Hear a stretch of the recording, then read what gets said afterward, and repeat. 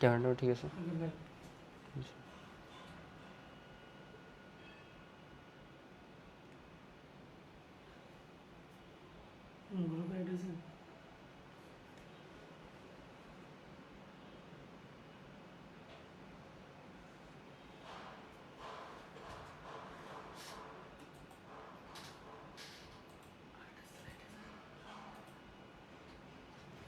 আসসালামু আলাইকুম, কি অবস্থা তোমাদের? সবাই কেমন আছো? আশা করি সবাই ভালো আছো, সুস্থ আছো। তো গতকাল আমাদের আইসিটির আমরা দ্বিতীয় চতুর্থ অধ্যায় পড়ছি। তো দ্বিতীয় চতুর্থ অধ্যায়ে অনেক এমসিকিউ আছে, বাট সবগুলোই কি আর পড়তে হবে? এমন না সব পড়তে হবে, তোমাদের টপিক ওয়াইজ তোমাদের পড়তে হবে, ঠিক আছে? ওকে, আচ্ছা। তো আমরা আজকে পড়বো পঞ্চম আর ষষ্ঠ অধ্যায়। পঞ্চম আর ষষ্ঠ অধ্যায় তোমরা একটু জলদি যুক্ত হয়ে যাও, তোমরা জলদি একটু যুক্ত হয়ে যাও, ফ্রেন্ডদেরকে মেনশন করে দাও জলদি। আর তানহা, ওয়ালাইকুম আসসালাম, কি অবস্থা তোমাদের? কি খবর? আমার কথা কি ক্লিয়ার শোনা যাচ্ছে? দেখতে পারতেছি না, এটা একটু জানাবা। যে মুস্তাফিজুর, শুভ, আসি, আলহামদুলিল্লাহ ভালো আছি, ওয়ালাইকুম আসসালাম। একটু ফাস্ট যুক্ত হয়ে যাও, আমরা ক্লাসটা শুরু করে দেই, ঠিক আছে? কারণ যেহেতু আমাদের ক্লাসটা দুইটা অধ্যায় একসাথে পড়াচ্ছি আমরা, সো আমাদের কিন্তু অনেক সময় লাগে, যদিও এমসিকিউ, বাট তাও একটু হইলেও তো সময় লাগে। তাছাড়াও আজকের হচ্ছে ষষ্ঠ অধ্যায়, আমাদের হচ্ছে প্রোগ্রামিং এর মাধ্যমে সমস্যার সমাধান, এর অনেক কিছু আছে, তো একটু ফাস্ট করবো আমরা, ঠিক আছে? আচ্ছা শুভ, তোমরা আজকে দুইটা ক্লাসে পিডিএফ দিয়ে দিব একসাথে ভাইয়া, দুইটা ক্লাসে পিডিএফ একসাথে দিয়ে দিব, ঠিক আছে? একটু ফাস্ট যুক্ত হয়ে যাও তোমরা।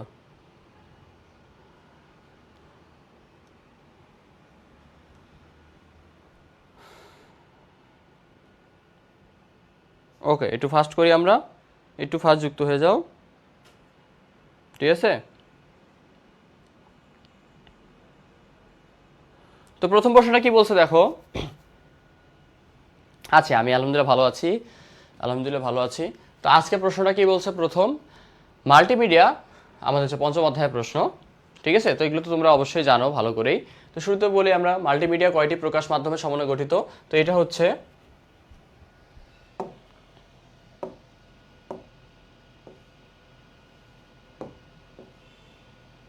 তিনটি, ঠিক আছে? কয়টি প্রকাশ মাধ্যমের সমন্বয়ে গঠিত মাল্টিমিডিয়া? কমেন্ট করো দেখি তোমরা।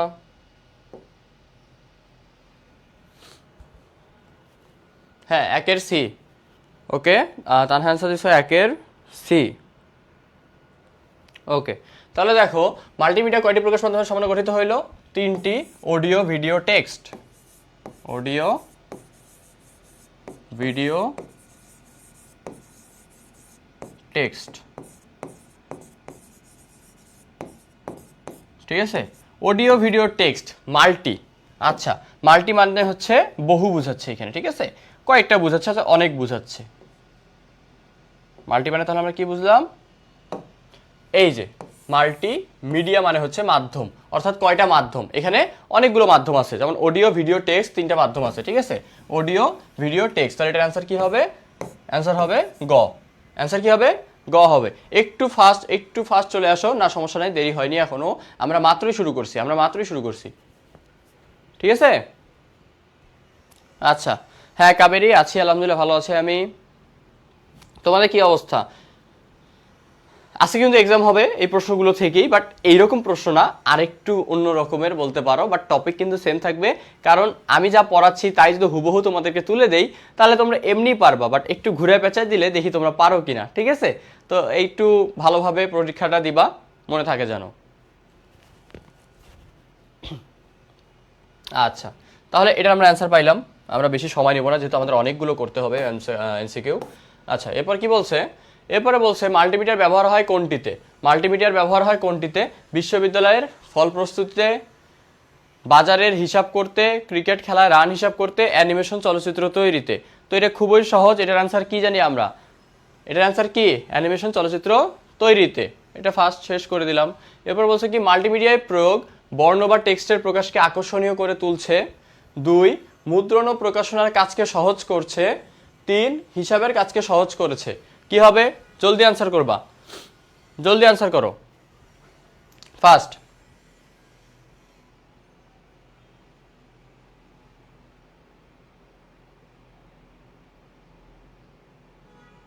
কি হবে তাহলে?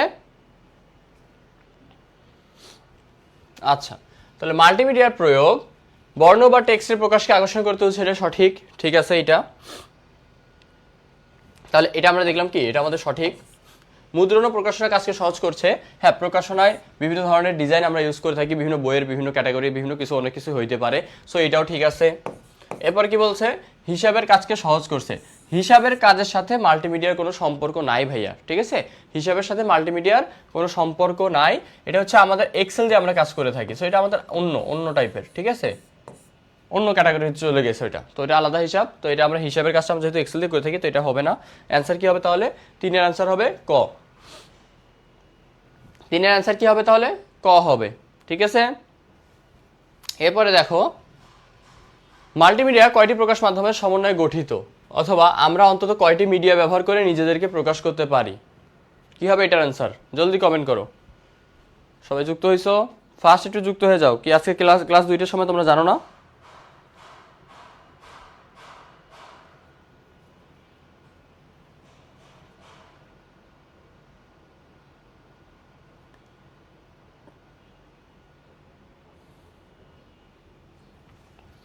ওকে, তাহলে কি দেখলাম আমরা? মাল্টিমিডিয়ার মাধ্যম হচ্ছে 3টি, আমরা জানি অডিও ভিডিও টেক্সট, এটুকুকে দেখে ফেলছি, তো এটা আমরা এখন স্কিপ করব, ফার্স্ট করব। মাল্টিমিডিয়া উপাদান বর্ণ অপর কি নামে পরিচিত?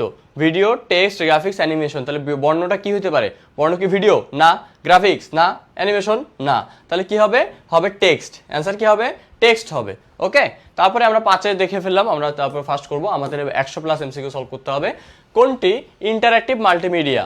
Video games, cinema, radio, television. And কথা হচ্ছে ভাইয়া, ইন্টারঅ্যাক্টিভ মানে কি?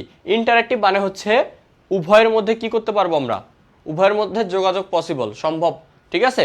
অর্থাৎ আমি যা কাজ করতে যাচ্ছি, আমি যা ইনপুট দিব তার উপর নির্ভর করে আমাকে কি দিবে? আউটপুট দিবে। এখন ধরো সিনেমা, আমি যা সিনেমা দেখেই যাব, সিনেমাকে আমি কিন্তু চেঞ্জ করতে পারবো না, যে ইস নায়কটা যদি মরে না যাইতো, নায়কটা যদি এইভাবে ঘুষি মারতো, এগুলো কি বলতে পারবো না। রেডিওর ক্ষেত্রে রেডিও বকবক করতেই থাকবে, আমি শুনবই। টেলিভিশনের ক্ষেত্রে আমি টেলিভিশন দেখবো, সে কি করবে? চলতেই থাকবে। বাট ভিডিও গেমসের ক্ষেত্রে কি হবে? আমি যেটা চাই সেটা করতে পারবো। কিরকম? ধরো আমি একটা গেম খেলতেছি, আমি ফায়ার করতে চাচ্ছি, আমি ফায়ার বাটনে ক্লিক করব। এরপরে দৌড়াতে চাচ্ছি, দৌড় দিব। মানে যা ইচ্ছা আমার মতো করে আমি একটা ইনপুট দিব, সেই অনুযায়ী সে একটা আউটপুট দিবে আমারে। বোঝা গেছে? তো এটা হচ্ছে কি ইন্টারঅ্যাক্টিভ মাল্টিমিডিয়া। তাহলে এটা অ্যান্সার কি হবে? এটার অ্যান্সার হবে ভিডিও গেমস, ঠিক আছে? হ্যাঁ, ভেরি গুড। এই তো সাফওয়ান, সবার অ্যান্সার ঠিক আছে, তামিমার অ্যান্সার ঠিক আছে। ওকে ওকে,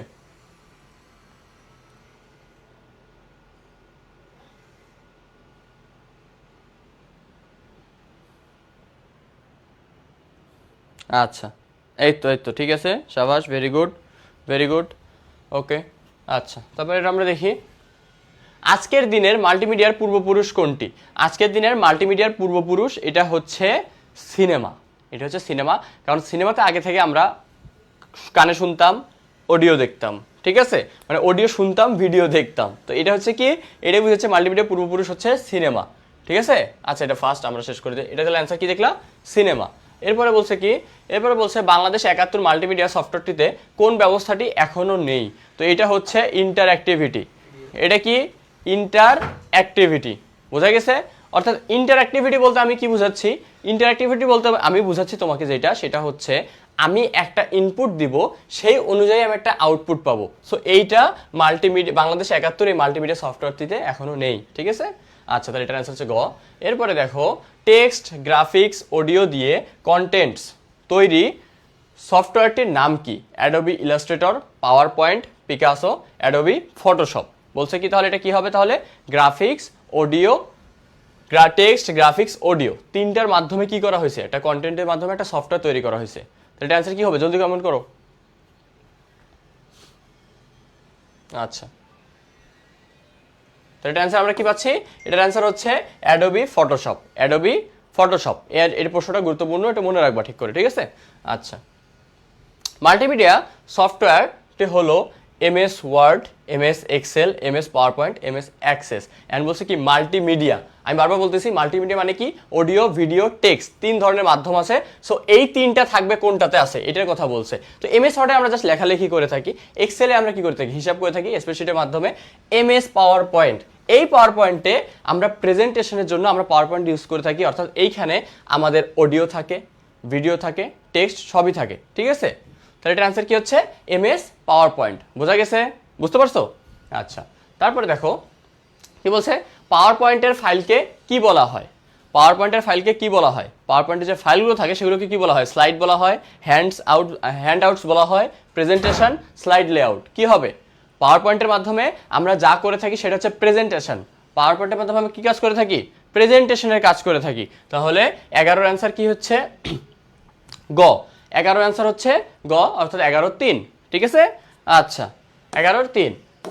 এরপরে একাধিক স্লাইড বিশিষ্ট একটি পৃষ্ঠাকে কি বলা হয়, একাধিক স্লাইড বিশিষ্ট একটি পৃষ্ঠাকে, অর্থাৎ একটা মানে অনেকগুলো স্লাইড আছে সেটাকে একসাথে কি বলা হয়, slide layout, slide show, page layout, hand outs, কি বলা হয়ে থাকে এটা, এটা একটু কমেন্ট করো দেখি তোমরা।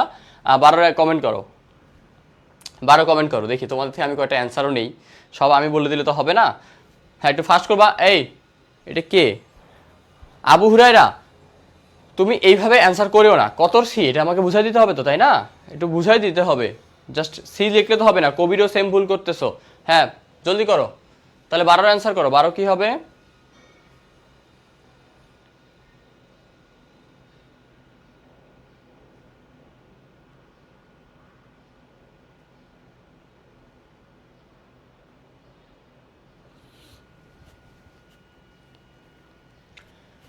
ওকে। 12-র অ্যান্সার পাইনি এখনো। আবু হুরায়রা বলছে 12-র এ, ওকে। তানহা বলছে 12-র ডি। আচ্ছা, সাফওয়ান নীরবও বলছে 12-র ডি। হ্যাঁ, হ্যান্ড আউটস বলা হয়, ওটা কি বলা হয়, ঘ, হ্যান্ড আউটস, এটা হবে কি অ্যান্সার হবে। অর্থাৎ এটা দ্বারা বোঝাচ্ছে একাধিক স্লাইড বিশিষ্ট। এই যে আমি তোমাদেরকে পিডিএফ গুলো দিয়ে থাকি, তো প্রত্যেকটা দেখবা কি, প্রত্যেকটা স্লাইডে একটা করে কি থাকে, একটা করে এমসিকিউ থাকে না। তো এই যে সবগুলো একসাথে হচ্ছে, এই সবগুলো একসাথে যেটা হচ্ছে সেটাকে আমরা হ্যান্ড আউট বলে থাকি, ঠিক আছে, হ্যান্ড আউটস, ঠিক আছে।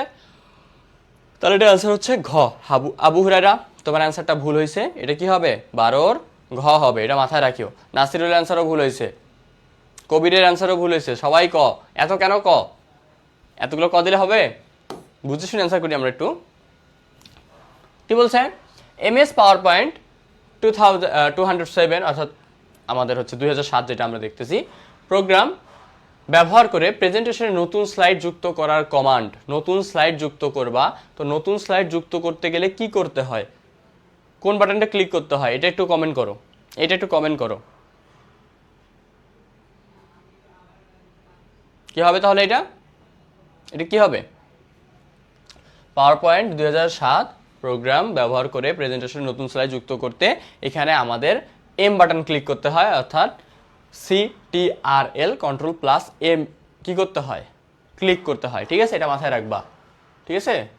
এরপরে বলছে কি, পাওয়ার পয়েন্ট সফটওয়্যার কিবোর্ডের CTRL চেপে রেখে বোতাম M চাপলে কি হয়, মানে এর আগের প্রশ্নটাই এখানে আরেকবার দেওয়া আছে, নতুন স্লাইড যুক্ত হবে, নতুন স্লাইড যুক্ত হবে, অর্থাৎ গ হবে, মনে থাকবে।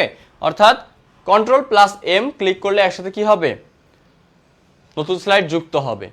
Ctrl+C ক্লিক করলে কপি হবে, Ctrl+V ক্লিক করলে পেস্ট হবে, Ctrl+X ক্লিক করলে ডিলিট হয়ে যাবে, বোঝা গেছে। Ctrl+B ক্লিক করলে লেখাগুলো মোটা হয়ে যাবে, বোল্ড হয়ে যাবে, বোঝা গেছে, বুঝতে পারছো, এখানে অনেকগুলোই আছে, তো আমরা একবারে বলে ফেললাম। এরপরে বলছে কি, পাওয়ার পয়েন্টে স্লাইড শো করার জন্য কোন ফাংশন কি ব্যবহার করতে হয়।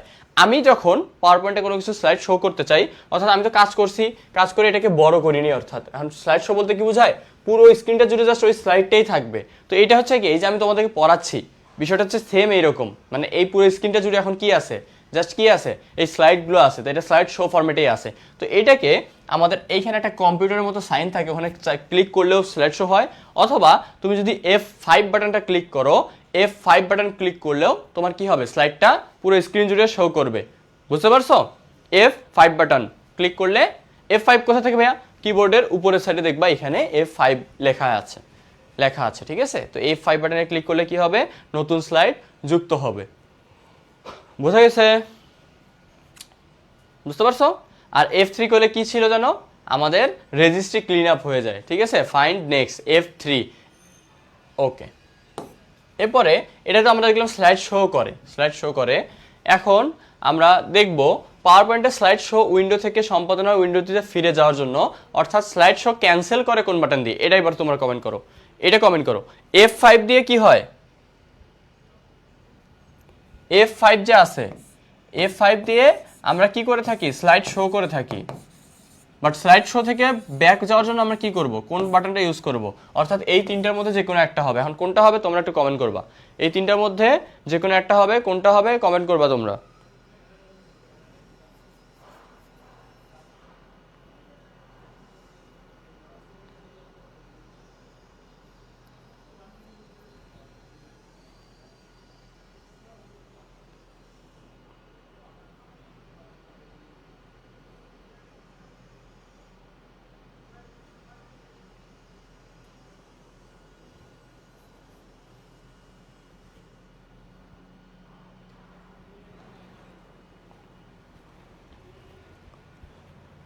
ষোলোর বি।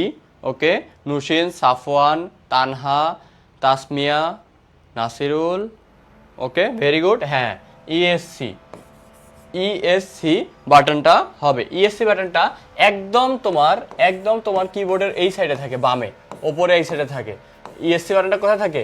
একদম কিবোর্ডের উপরে থাকে। তোমাদের যাদের কিবোর্ড আছে অথবা একটা কিবোর্ডের ছবি জাস্ট বের করেও দেখতে পারো, তোমরা জাস্ট বুঝতে পারবে যে হ্যাঁ কোথায় আছে। ঠিক আছে, ওই ইএসসি বাটনে ক্লিক করলে কি হবে, এন্ড শো হয়ে যাবে, এন্ড শো, স্লাইড এন্ড হয়ে যাবে, প্রেজেন্টেশন বন্ধ হয়ে যাবে ওইখানে। ওকে, ভেরি গুড। এরপরে দেখি আমরা ফার্স্ট একটু করব।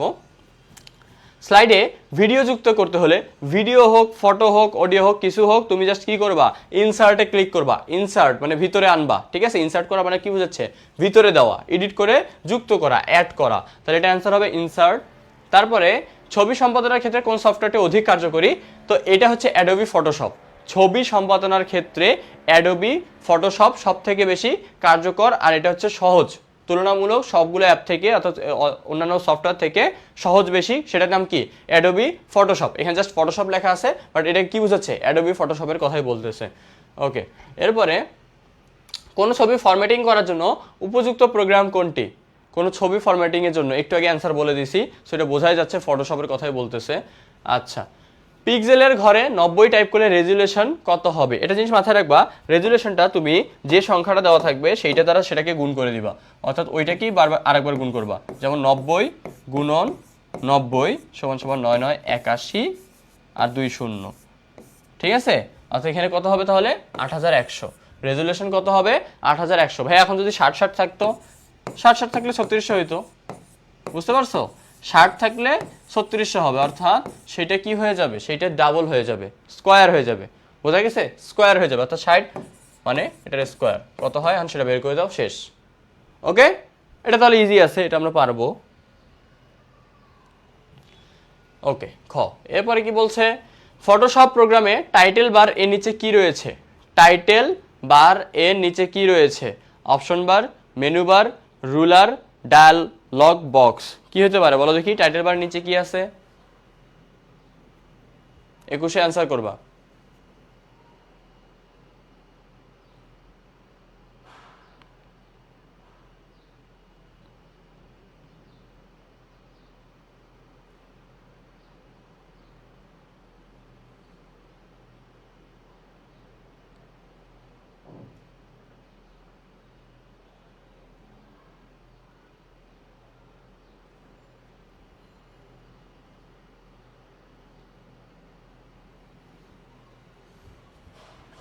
একুশ পারবা?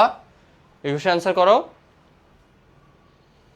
21-এ অ্যান্সার করো, 21-এ অ্যান্সার করো।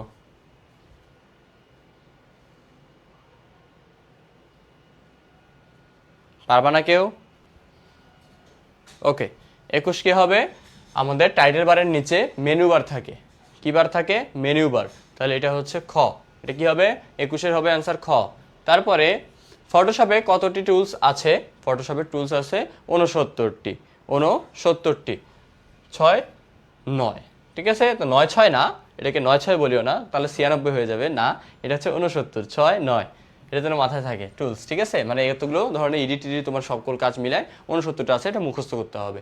একই অবস্থানে কয়টি লেসো টুল থাকে? তো লেসো টুল হচ্ছে 3টি। এই লেসো টুল দ্বারা বোঝাচ্ছে হচ্ছে কোনো ইমেজ অথবা কোনো জিনিস তুমি সিলেক্ট করবা কিভাবে, সিলেক্টের ধরন 3টা, ঠিক আছে? সিলেক্টের ধরন 3 ধরনের আছে। অর্থাৎ এই যে দেখো না, আমাদের অনেক সময় ছবি কি করা হয়, ব্যাকগ্রাউন্ড রিমুভ করব।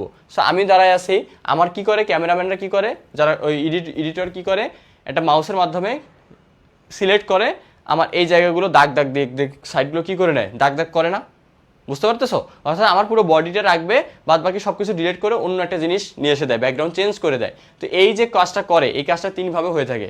একটা অটো হয়ে থাকে, একটা ধরে ধরে করতে হয়, একটা হচ্ছে সোজা দাগের মাধ্যমে হয়ে থাকে। তো এটাই হচ্ছে লেসো টুল। এগুলো হচ্ছে কি লেসো টুল। তাহলে লেসো টুল কয় ধরনের? 3 ধরনের। মানে 3টা টুল থাকে আর কি।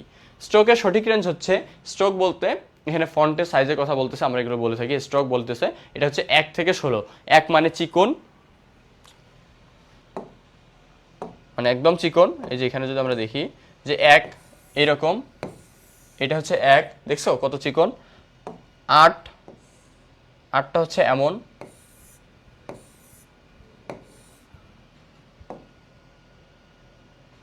আচ্ছা একটু দাঁড়াও।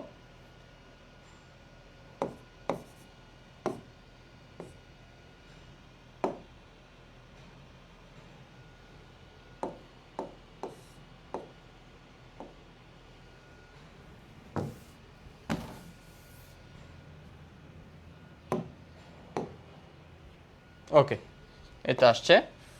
এখন দেখো, এটা হচ্ছে 1, এটা হচ্ছে 8 ধরে নাও, মানে রেঞ্জের উপর নির্ভর করে বলতেছি আমরা।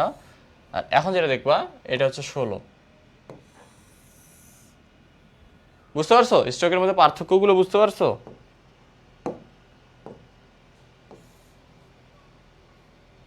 অর্থাৎ এটাকে আমরা বলতে পারি 1, অর্থাৎ চিকন, স্ট্রোকটা চিকন। এটা হচ্ছে 8, এটা হচ্ছে 16। তার মানে স্ট্রোক মানে এই যে এটা রেঞ্জ, মানে পুরুত্বর কথা বলতেছে, কতটা মোটা দাগটা কতটা মোটা সেটা কথা বলছে। 1 হচ্ছে খুব ছোট, 8 হচ্ছে মিডিয়াম সাইজের, 16 হচ্ছে অনেক বেশি। এটাই বলছে 16টা অনেক বেশি, এটা দেখছো অনেক মোটা। তো এটা যে পুরুত্ব, এটা বেশি হওয়ার কারণে এটা হচ্ছে স্ট্রোক। এটা হচ্ছে 1 থেকে 16, 1 থেকে 16। আশা করি বুঝতে পারছো, তাই না? আচ্ছা,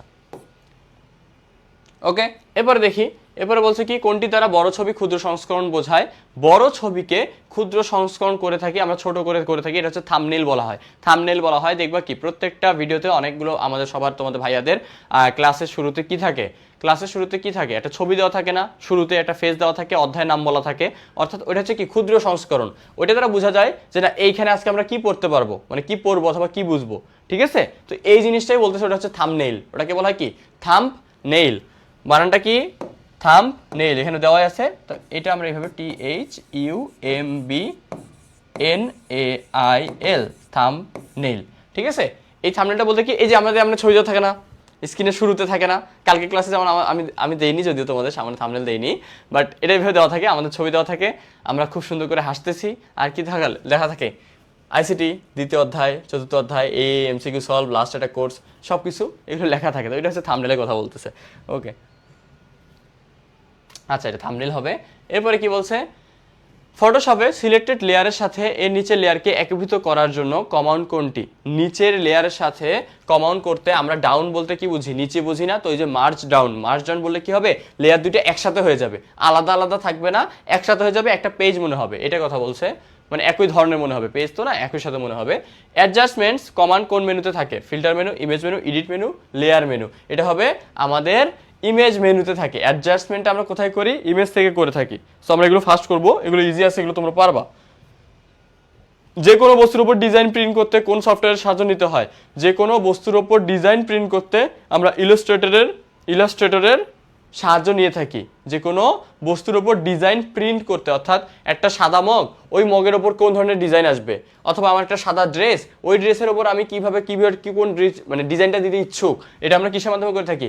ইলাস্ট্রেটরের মাধ্যমে করে থাকি। ইলাস্ট্রেটরের মাধ্যমে করে থাকি। 28, ঠিক আছে? আচ্ছা, 28 গেল। 29, ইলাস্ট্রেটর প্রোগ্রাম খোলার কমান্ড কোনটি? তো এই প্রোগ্রামটা মাথায় রাখবা, এটা কি হবে? স্টার্ট, এরপরে অল প্রোগ্রামস থেকে, অ্যাডোবি মাস্টার কালেকশন থেকে, অ্যাডোবি ইলাস্ট্রেটর, ঠিক আছে? অর্থাৎ এটা কি? এটা হচ্ছে প্রোগ্রাম খোলার কমান্ড। তখন কি এটা কি গ অ্যান্সার হবে নাকি অন্য কোনোটা হবে? তোমরা একটু বলো দেখি, 29-এর অ্যান্সারটা বলো দেখি। 29টা মাথায় রাখিও, 29টা মাথায় রাখিও। এই ধরনের প্রশ্ন তোমাদের আসছিলই, দিনাজপুর বোর্ডে 24 সালে দিয়ে দিছে। তো এই প্রশ্ন আবারও আসতে পারে, অনেক প্রশ্ন আছে, মোটামুটি তোমরা এগুলো পারবা, সব একই ধরনের, মানে টাইপ তো একই। তোমার এখানে হচ্ছে মাল্টিমিডিয়া আমরা দেখলাম, আমরা বিভিন্ন ধরনের ফন্ট দেখলাম, মানে আমরা হচ্ছে পাওয়ার পয়েন্ট দেখলাম। তো এই রিলেটেড টপিকগুলো থেকেই তো কোশ্চেন করে থাকবে। এখন আমরা ইলাস্ট্রেটর দেখতেছি। সো ইলাস্ট্রেটরটা কী হবে একটু কমেন্ট করো জলদি। 29-এর অ্যান্সারটা আমি চাই, একটু 29-এর অ্যান্সারটা একটু জলদি করো।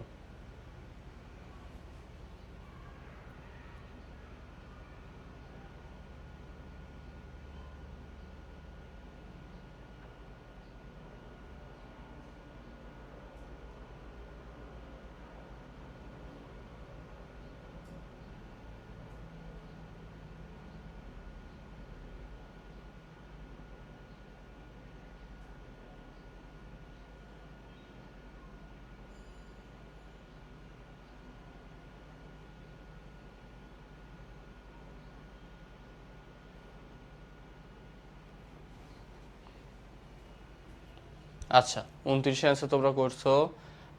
তানহা সি হয়তো, হ্যাঁ সি হয়তো না তানহা, ঠিকই আছে, সি হবে। স্টার্ট বাটন ক্লিক করে অল প্রোগ্রামসে যাবা, অল প্রোগ্রামস থেকে অ্যাডোবি মাস্টার কালেকশন, এখান থেকে অ্যাডোবি ইলাস্ট্রেটরে যাইতে হবে। ওকে, তো এটা তোমরা পারবা, এটা তোমরা পারবা আশা করি, এটা গই হবে অ্যান্সার। তারপরে 30 আমরা একটু ফাস্ট করি। অ্যাডোবি ইলাস্ট্রেটরের মুদ্রণের উদ্দেশ্য কোন কালার মোড, অর্থাৎ এই অ্যাডোবি ইলাস্ট্রেটর থেকে কোন কোন কালার নিতে পারবা। তো এইখানে যেটা দেওয়া আছে আমি তোমাদেরকে বলে দিচ্ছি। তো এটা হচ্ছে CMYK RGB দ্বারা রেড গ্রিন ব্লু বোঝায়, গ্রে দ্বারা হচ্ছে ধূসর টাইপের কিছু বোঝাচ্ছে, বিটম্যাপ এগুলো আমাদের কালার লাগবে না। আমরা CMYK এটা মানে কি, সি দ্বারা বোঝাচ্ছে সায়ান, ঠিক আছে, এটা হচ্ছে কাইন্ড অফ তোমার আকাশি কালারের মতো, ঠিক আছে, সায়ান। এরপরে এম দ্বারা বোঝাচ্ছে ম্যাজেন্টা, এটা ম্যাজেন্ডা না, ম্যাজেন্টা, ঠিক আছে। ওয়াই দ্বারা বোঝাচ্ছে ইয়েলো মানে হলুদ, আর কে দ্বারা বোঝাচ্ছে কালো। কে দ্বারা কালো বলতে জাস্ট মনে রাখার জন্য বললাম, কে দ্বারা বোঝাচ্ছে ব্ল্যাক, ঠিক আছে।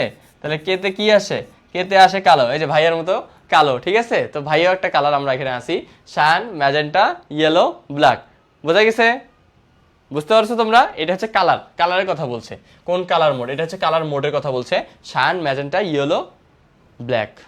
ওকে ওকে, এটা পারবা তোমরা, আশা করি এটা পারবা তোমরা। ইলাস্ট্রেটর প্রোগ্রামে মুদ্রণ উদ্দেশ্যে কাজ করার জন্য এই যে CMYK, এটা আমরা একটু দেখে ফেললাম, এটা আমাদের পড়া লাগবে না আর। এরপরে বলছে কি জুম ইন এর কিবোর্ড কমান্ড কোনটি। তো জুম ইন আমরা করে থাকি কন্ট্রোলের সাথে, কন্ট্রোলের সাথে যখন তুমি ইকুয়াল ক্লিক করবা একসাথে, জিনিসটা জুম হয়ে যাবে, জিনিসটা জুম হবে, ঠিক আছে, জুম হবে। এখন এই যে তোমরা আবার বলো না ভাইয়া ম্যাজেন্টা কেমন দেখতে, ম্যাজেন্টা কেমন দেখতে, আবার এই কালার সম্পর্কে আমার তেমন কোনো ধারণা নেই, ঠিক আছে। আমাদের কাছে লাল থেকে কালো পর্যন্ত বাকি সব কি হলুদ, সবুজ, বেগুনি, গোলাপি, এই টাইপের কালার, এছাড়া আমাদের কাছে আর কিছু নাই। তো এই ম্যাজেন্টাটা হচ্ছে কি, এটা একটু চিনছিলাম আমি, মানে এটা হচ্ছে কি ও একটু খয়েরি টাইপের, মানে আমি ওইটাই বলবো, খয়েরি বলে ফেলবো, বিষয়টা হচ্ছে এইরকম।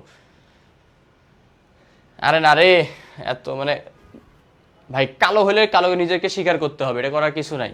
বাস্তবে তো আসলেই কালো, এটা তো তোমাকে অস্বীকার করতে পারবো না আমি, তাই না। কালো হয়েছি তো কি হয়েছি, কালো তো একটা কালার, কালো না থাকলে তো দুনিয়া কি ফর্সা বলে কিছু থাকতো না, তাই না। সো ফর্সার থেকে কালোর গুরুত্ব বেশি, এই জন্য এটা যেন মাথায় থাকে। আর ছেলে মানুষ কালো হলে ভালো আছে, ছেলে মানুষ যখন কালো হবে সে সুন্দর বউ পাবে, ভালো বউ পাবে। সো আমি এই জন্য কালো হইতে চাই, মানে আমি কালোই থাকতে চাই। ওকে, তাহলে এটা হচ্ছে কি কন্ট্রোল প্লাস ইকুয়াল চাপ দিলে তুমি কি হচ্ছে কি পাচ্ছ, জুম করতে পারতেছো, কি হচ্ছে জুম হচ্ছে। তারপরে পৃষ্ঠা বা অবজেক্টের অবস্থান পরিবর্তন করা যায় কোন টুলের সাহায্যে, এটা হচ্ছে হ্যান্ড টুল। এটাকে কি বলা হয়, হ্যান্ড টুল। অবস্থান পরিবর্তন করবা তুমি হ্যান্ড টুলের মাধ্যমে, ঠিক আছে, ঠিক আছে। ওকে, তারপরে দেখো ডাইরেক্ট সিলেকশন টুলকে অনেকে কি হিসেবে অভিহিত করে, ডাইরেক্ট সিলেকশন টুলকে অনেকেই ব্ল্যাক অ্যারো হিসেবে অভিহিত করে, ব্ল্যাক অ্যারো, ব্ল্যাক অ্যারো।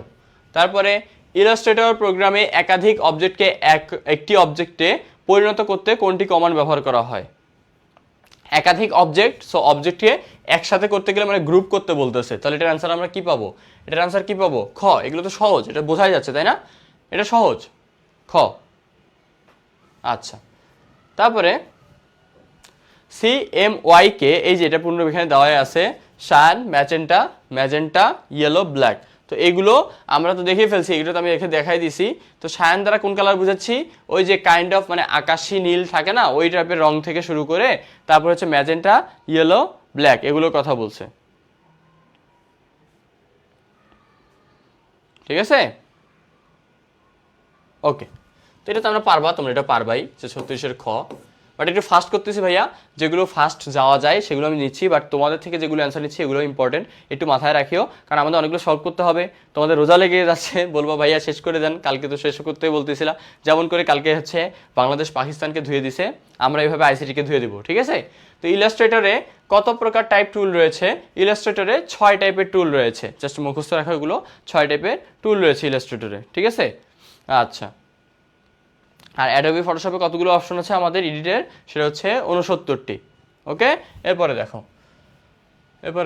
কি বলছে, মাল্টিমিডিয়া হচ্ছে, আচ্ছা এখানে একটা তোমাদের প্রশ্ন ভুল আসছে, 41 নম্বর প্রশ্ন মেবি না কোনটা যেন ভুল আছে, একটু এডিট করে ঠিক করে দিতে হবে। সো ওইটা নিয়ে তোমরা একটু প্যারা খাও না, তোমরা অনেকেই কমেন্ট করবা পরে যে হচ্ছে ভাই ভুল আসছে কেন। তো একটা জিনিস এখানে একটা ঠিক আছে, মানে কি বাকি 4টা ঠিক থাকলে ওইটাও ঠিক থাকার কথা। তো মাল্টিমিডিয়া হচ্ছে অ্যানিমেশন, চিত্র, ভিডিও সবগুলোই থাকে মাল্টিমিডিয়াতে। কি থাকে? মাল্টিমিডিয়াতে সব থাকে। তারপরে মাল্টিমিডিয়ার ব্যবহার বলতে বোঝায় বর্ণ বা টেক্সটের ব্যবহার, ঘুরে ফিরে সেম কোশ্চেনই বারবার বলতেছে। সো মাল্টিমিডিয়া কোশ্চেনটা তোমাদের খুব বেশি ইম্পর্টেন্ট, আর 1 মার্ক শিওর থাকো মাল্টিমিডিয়া থেকে একটা কোশ্চেন থাকবে। মাল্টিমিডিয়া রিলেটেড এই রকমই একটা হুবহু কোশ্চেন তোমাদের থাকবে। ঠিক আছে, এই মাল্টিমিডিয়া রিলেটেড কোশ্চেন হুবহু তোমাদের একটা কোশ্চেন থাকবে। সো এটা হচ্ছে বর্ণ বা টেক্সটের ব্যবহার, চিত্র বা গ্রাফিক্সের ব্যবহার, অডিও ভিডিওর ব্যবহার। ঠিক আছে, আচ্ছা।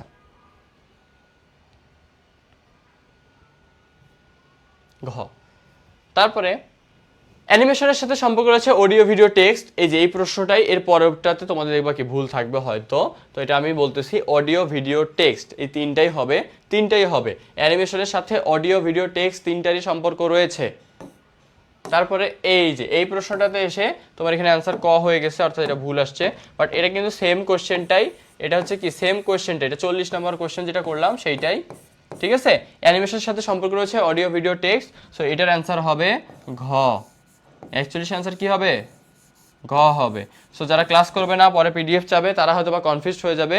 সো তাদের উদ্দেশ্যে এটা আমি ঠিক করে দেবো, কোনো সমস্যা নেই। এটা ঠিক করে দিয়ে তোমাদের কালকের ক্লাসে পিডিএফ, অর্থাৎ দ্বিতীয়, চতুর্থ অধ্যায় পিডিএফটাও দিয়ে দেবো আজকে, আর পঞ্চম আর ষষ্ঠ দুইটা দিয়ে দেবো। আর সাথে তোমরা এমসিকিউর পরীক্ষাগুলো দিয়ে নিবা, ইনশাল্লাহ তোমাদের প্রিপারেশন হয়ে যাবে। আর কোনো বেশি টেনশন করার কিছু নাই, এত প্যারা খাওয়ার কিছু নাই, আইসিটিতে এত প্যারা খাওয়ার কিছু নেই। তোমরা এইচএসসিতে আসো, এইচএসসিতে অনেক কিছু বোঝানোর আছে, ঠিক আছে, যেটা এখানে তোমাদের বোঝানো পসিবল না, বাট এইচএসসিতে তোমাদের অনেক কিছু বোঝানোর আছে। ওই জায়গাতে গিয়ে দেখবা কি অনেক ইন্টারেস্টিং টপিক পাবা, আর ইনশাল্লাহ আমি তোমাদের সাথে থাকবো, যদি বেঁচে থাকি দেখা হবে। ঠিক আছে, আচ্ছা তোমরা আগে এসএসসি শেষ করো, পরে এইচএসসি চিন্তা করবো আমরা। ঠিক আছে, আচ্ছা। উপরের চিত্রে শূন্যস্থান নিচে কোনটি প্রযোজ্য হবে? আচ্ছা এখানে তোমার সেটা স্কিপ করবা, এটা তোমাদের স্কিপ করো। এরপর দেখো, অ্যানিমেশন এক ধরনের গ্রাফিক্স চিত্র ত্রিমাত্রিক। তো এটা ত্রিমাত্রিক দেওয়া বোঝাচ্ছে 3টা মাত্রা, অর্থাৎ 3 ডাইমেনশন। 3 ডাইমেনশন কি বলা হয়? 3D বলা হয়। 3D অ্যানিমেশন অর্থাৎ 3টা ডাইমেনশন আছে, 3 দিক থেকে দেখতে পারবা। আমরা যে কার্টুনগুলো দেখে থাকি, আমরা আগে যে কার্টুনগুলো দেখতাম, দেখতে কি ওই কার্টুনগুলো হচ্ছে কিরকম 2 ডাইমেনশনের, মানে 2 দিক থেকে দেখা যায়, হয় এই সাইডে না হয় এই সাইডে, অর্থাৎ 3টা যে দিক থাকবে, 3 দিক থেকে যে দেখবো বিষয়টা এমন থাকে না। আর এখন আমরা কার্টুনগুলোকে 3টা দিক থেকে দেখে থাকি। ঠিক আছে, এই যে এইভাবে দেখে থাকি, অর্থাৎ এই সাইডটা একটা সাইড, এটা একটা সাইড, এটা একটা সাইড। আগেরগুলোকে আমরা জাস্ট 2 সাইডে দেখতে পারতাম, হয় এই সাইডে না হয় এই সাইডে, অর্থাৎ এক সাইড দেখা যাবে না হয় ওই সাইড দেখা যাবে। বিষয়টা হচ্ছে এরকম ছিল, 2টা দিক ছিল। ওকে, বুঝতে পারছো? তো এগুলো আমাদের রিসিভ করতে পারি আমরা ফার্স্ট, আমাদের এগুলো হয়ে গেছে। আর প্রেজেন্টেশনের এক একটি অংশকে কি বলা হয়? প্রেজেন্টেশনের এক একটি অংশকে আমরা একটু আগে বললাম যে স্লাইডস বলা হয়। স্লাইডসগুলোকে একসাথে নিয়ে যখন আমরা বলি সেটা হচ্ছে হ্যান্ডআউটস বলা হয়। স্লাইডগুলো একসাথে হলে হ্যান্ডআউটস, আর একটা একটা করে হলে স্লাইডস। যেমন এই যে প্রেজেন্টেশনের এক একটি অংশ, এটা আমি তোমাদের সামনে প্রেজেন্ট করতেছি। সো এই যে প্রেজেন্ট করতেছি, এই প্রেজেন্ট করাটা হচ্ছে কি স্লাইড। এটা কি একটা স্লাইড। পাওয়ার পয়েন্টে স্লাইড যুক্ত করা যায়, হোম থেকে নিউ স্লাইড সিলেক্ট করে করা যায়, কিবোর্ড থেকে CTRL+M সিলেক্ট করে হ্যাঁ ইনপুট দেওয়া যায়, স্লাইড শো চালু করলে। স্লাইড যুক্ত করতে বলছে, যুক্ত করার সাথে স্লাইড শো এর কোনো সম্পর্ক নাই। স্লাইড শো ওই স্লাইডটাকে তোমার স্ক্রিনে বড় করে দেখাবে, বাট নতুনভাবে স্লাইড শো যুক্ত করতে গেলে তুমি নিউ স্লাইড করতে পারো, ডুপ্লিকেট স্লাইড করতে পারো, কপি পেস্ট করে করতে পারো, অথবা CTRL+M চাপ দিলেও তোমার একটা নতুন একটা স্লাইড চলে আসবে অটো। ঠিক আছে, অটো একটা স্লাইড চলে আসবে। তো এটার অ্যান্সার কি হবে? অ্যান্সার হবে ক। অ্যান্সার কি হবে?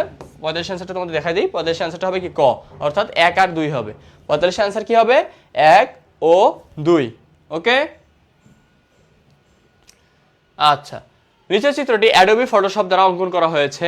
চিত্রের অবজেক্টটি আঁকতে হলে কোন টুলটি ব্যবহার করতে হবে? কোন টুলটি ব্যবহার করতে হবে? মুভ টুল না, লেসো টুলও না, ম্যাজিক ওয়ান্ড টুল না, মার্কুই টুল। হ্যাঁ, মার্কুই টুলটা তোমাদের ব্যবহার করতে হবে। তাহলে এটার অ্যান্সার কি হবে? এটার অ্যান্সার হবে 46 অ্যান্সার হবে কি মার্কুই টুল। এমসিকিউ গুলো সিদ্দিকুর রহমান, তুমি এতক্ষণে ক্লাসে আসছো কি? এতক্ষণ পড়নি ক্লাস? পঞ্চম অধ্যায়ের। আচ্ছা, আজকে 5-6 পড়ানোর কথা ছিল, দেখো ক্যাপশনে দেওয়াই আছে তোমাদের ক্লাসের। ওকে, আচ্ছা, এখন আমরা চলে আসছি প্রোগ্রামের অধ্যায়টিতে। প্রোগ্রাম রিলেটেড যে তোমাদের অধ্যায়টা ছিল, প্রোগ্রামের মাধ্যমে সমস্যার সমাধান। তো এইখানে প্রথমে কিছু কথা আছে, এইগুলো তোমরা জাস্ট একটু পড়ে রাখবা, আমি দিয়ে রাখছি ভাইয়া তোমাদের জন্য। বাট এইগুলো তোমাদের এইচএসসিতে এসে খুব ভালোভাবে পড়তে হবে। এইচএসসিতে এসে তোমাদের প্রোগ্রামিং করতে হবে, কোডিং করতে হবে। সো এইখানে জাস্ট বেসিক আলোচনাগুলো দেওয়া আছে। সো তোমাদের বলতে গেলে আলটিমেটলি কিছুই তেমন কিছু পড়ানোর নাই এখানে, তাও আমি দিয়ে রাখছি যাতে তোমাদের বুঝতে সুবিধা হয়। এখান থেকে শিওর এমসিকিউ কমন পাবা, আজকের পরীক্ষাতেও তোমাদের এখান থেকে কমন থাকবে, ঠিক আছে? এখান থেকে শিওর থাকো তোমাদের এমসিকিউ আসবে, শিওর এমসিকিউ আসবে, শিওর এমসিকিউ আসবে। বোঝা গেছে? কম্পাইলার পুরো প্রোগ্রাম একসাথে অনুবাদ করে। অর্থাৎ প্রোগ্রাম কি ভাইয়া? এখন কথা হচ্ছে মানুষের ভাষা একরকম, কম্পিউটারের ভাষা আর এক রকম, অথবা ডিভাইস অথবা ইলেকট্রনিক ডিভাইস অথবা যেটাই বলো, মেশিনের কথা বলো। সো এইগুলো ভাষা হচ্ছে আলাদা রকম। মানে আমরা যা বুঝি মেশিন তা বোঝে না। অর্থাৎ মেশিন শুধু তাই বোঝে যেটা তার ভাষায় আছে। অর্থাৎ সে যেটা বোঝে সেটা জাস্ট আমরা আবার সেটা বুঝবো না। কেমন করে? সে শুধু 0 আর 1 বোঝে, 0 আর 1 বোঝে। আর আমরা তো আমার সোনার বাংলা, আমরা সবই বুঝি, তাই না? সো ভাই মেশিন শুধু 0 আর 1 বোঝে, এটা কে জানতা না? অনেকেই ছিল হয়তো বা জানতা না, ঠিক আছে? 0 আর 1 এটাকে বলা হয় বাইনারি ল্যাঙ্গুয়েজ, বাইনারি ভাষা। এটাকে বলা হয় বাইনারি ভাষা। বাইনারি ভাষা মানে এটা হচ্ছে মেশিন ভাষা। আর আমরা বুঝি কি জানো? আমরা 0 থেকে 9 পর্যন্ত বুঝি, এটা আমাদের ভাষা। এছাড়া আমরা ABCD ক খ গ ঘ বিভিন্ন যে মানুষ যে ভাষায় কথা বলে সব ভাষায় আমরা বুঝে থাকি। সো সেটা আমাদের কোড করে যেটা দিয়ে, সেটা হচ্ছে ইউনিকোড বলা হয়। সো এগুলোতে আমরা যাব না এখন, তোমাদের মাথা ঘোরানোর কোনো মানে হয় না আমার, জাস্ট বলে রাখলাম। তো এখানে আমরা যেটা বলতেছি সেটা হচ্ছে কম্পাইলারের কাজ কি? এটা একটা অনুবাদক প্রোগ্রাম। অনুবাদক মানে কি? অনুবাদক বিষয়টা ক্লিয়ারভাবে বলি। ধরো এখন Lionel Messi man of the match হয়েছে, সে ওয়ার্ল্ড কাপ খেলতে গেছে, সে ওয়ার্ল্ড কাপ জিতছে। সো ওই ম্যাচে সে man of the match selected হয়েছে।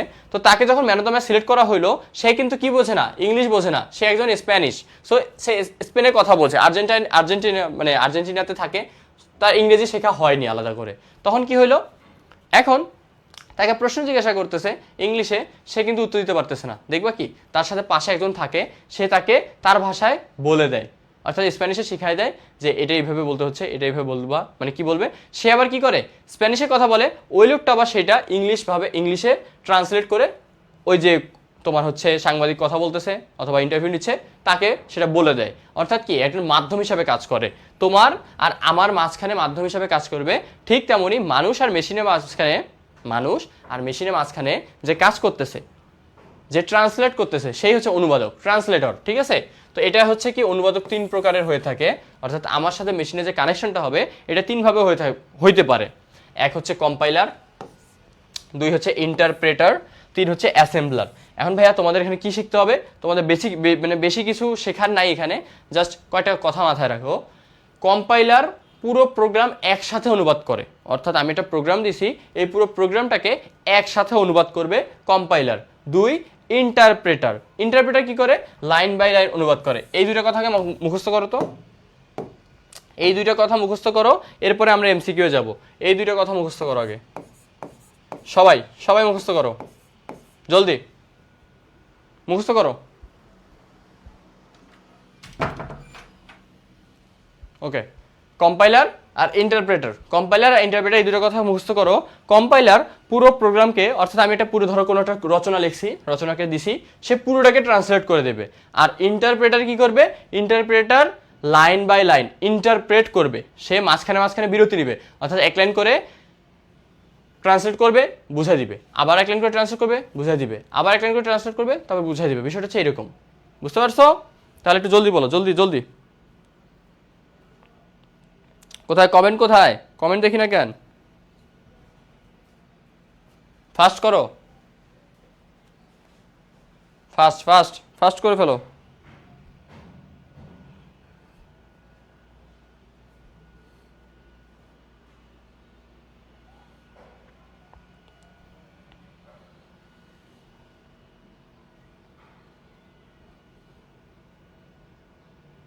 মুখস্থ হয়ে গেছে? এটা পরীক্ষা পর্যন্ত যেন মুখস্থ থাকে, ঠিক আছে? পরীক্ষা পর্যন্ত তোমাদের মুখস্থ রাখতে হবে। ওকে ওকে, তাহলে কম্পাইলার একসাথে পুরো প্রোগ্রামকে রান করে। সে ভাষাগুলো কি কি? সেটা ভাষা হচ্ছে C, C plus plus, compile করা। এটা হচ্ছে কি কম্পাইলারের কাজ। তো তোমাদের সি প্রোগ্রাম শিখতে হবে, এটা হচ্ছে এখানে না, এখানে তোমাদের পাইথন নিয়ে প্রথমে কথা বলবে, বাট পরে তোমাদের সি প্রোগ্রাম শিখতে হবে। সি প্রোগ্রামিং ল্যাঙ্গুয়েজ একটা, ঠিক আছে? ওকে, এরপরে দেখো কি বলছে, ইন্টারপ্রেটার। ইন্টারপ্রেটার হচ্ছে লাইন বাই লাইন কাজ করে থাকে। তো কম্পাইলার একসাথে যেহেতু করে তার সময় কম লাগে, বাট এখানে ভুল হওয়ার চান্স থাকে।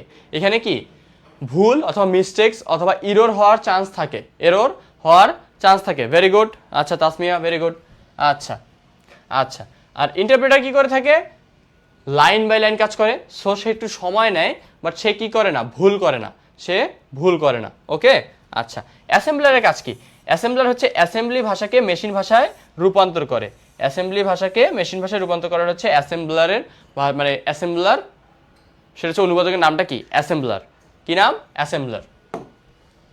অ্যাসেম্বলার হচ্ছে এমন ভাষা যেটা মানুষের ভাষা নয়, মানে আমরা বুঝতে পারি না। এখানে আরও অনেক কথাই আছে যেগুলো তোমাদের এখানে দেওয়া থাকবে। দেখো, ডেটা টাইপ সাধারণত দুই ধরনের হয়ে থাকে। ডেটা বলতে উপাত্তর কথা বলতেছে। উপাত্ত রিলেটেড আজকে তোমাদের এমসিকিউ থাকবে। এটা হচ্ছে একদম বেসিক জিনিস, ঠিক আছে? একদম বেসিক জিনিস, সব থেকে ক্ষুদ্র জিনিস, সেটা হচ্ছে ডেটা, ঠিক আছে? তো এই ডেটা টাইপটা কি ধরনের? দুই ধরনের বলা আছে।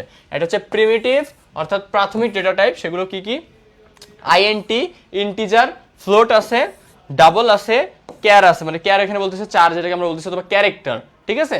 ইন্টিজার মানে সে শুধুমাত্র পূর্ণ সংখ্যা বোঝে, অর্থাৎ তাকে যদি আমি বলি 10, সেটা বুঝবে, ইন্টিজার এটা বুঝতে পারবে। বাট তাকে যদি আমি বলি 10.5, এটা আবার ইন্টিজার বুঝবে না, কারণ এখানে একটা দশমিক মান আছে, অর্থাৎ ভগ্নাংশ আছে। সো ইন্টিজার বুঝবে শুধুমাত্র পূর্ণ সংখ্যা, আর ফ্লোট বুঝবে ভগ্নাংশ। ফ্লোট কি বুঝবে? দশমিক সংখ্যা বুঝবে, অর্থাৎ এই যে 3.14। এটা বুঝাতে গেলে আমার ফ্লোটকে বুঝাইতে হবে। বুঝতে পারছো? আচ্ছা, ডাবল বড় দশমিক সংখ্যা, ধরো এখন হচ্ছে এরকম 10,000, 1032। তো এগুলো বুঝাতে গেলে কি হবে? আমাদের ডাবল ক্যারেক্টার ইউজ করতে হবে। তো ডাবলটা হচ্ছে ইন্টিজারেরই মানে বড় রূপ, সম্প্রসারিত রূপ।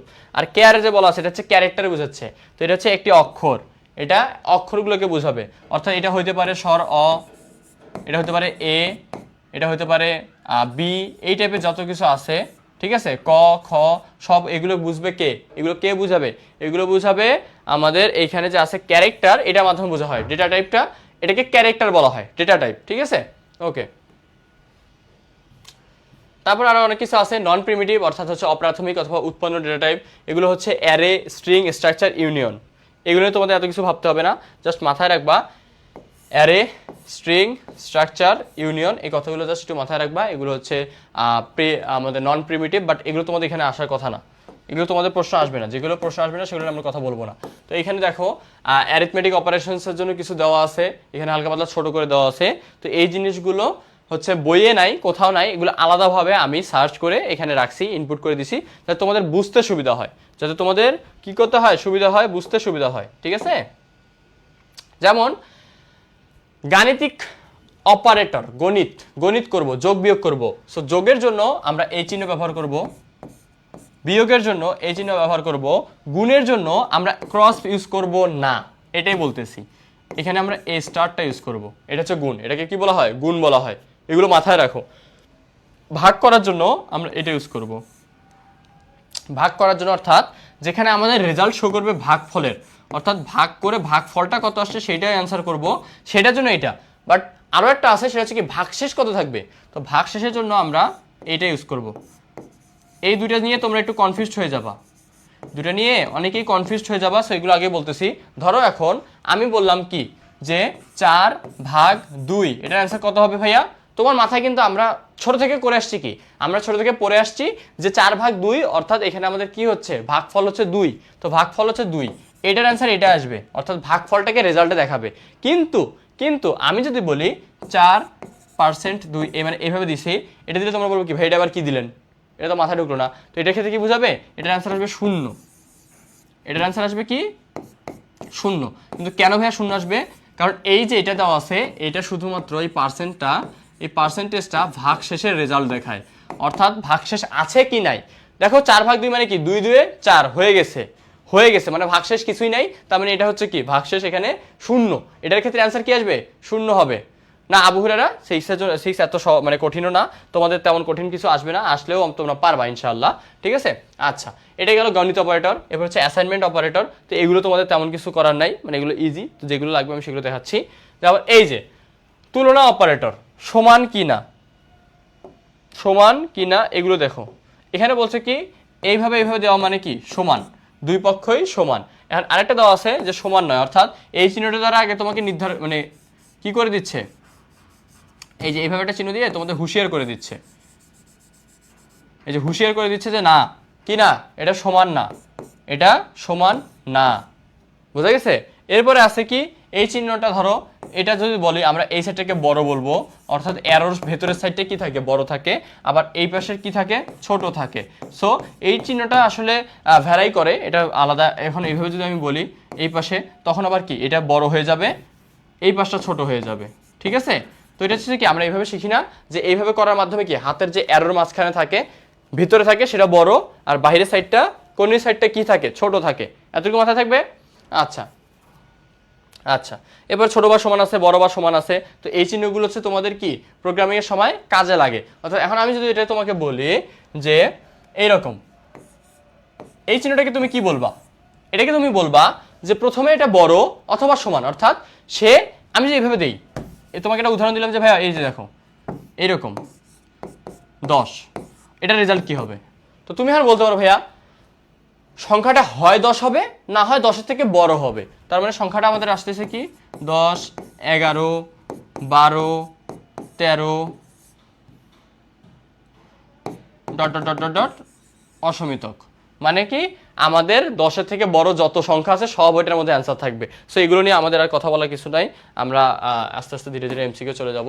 তো দেখো অনুবাদকের কাজ কি, অনুবাদক কি করে থাকে, আমরা অনুবাদক রিলেটেড কটা পড়বো, আর বেশি কিছু এমসিকিউ দেখবো না আমরা, তো টেনশন করার কিছু নাই, ঠিক আছে।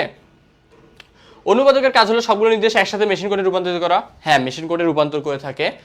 2, একটি একটি করে নির্দেশ মেশিন কোডে রূপান্তরিত করা।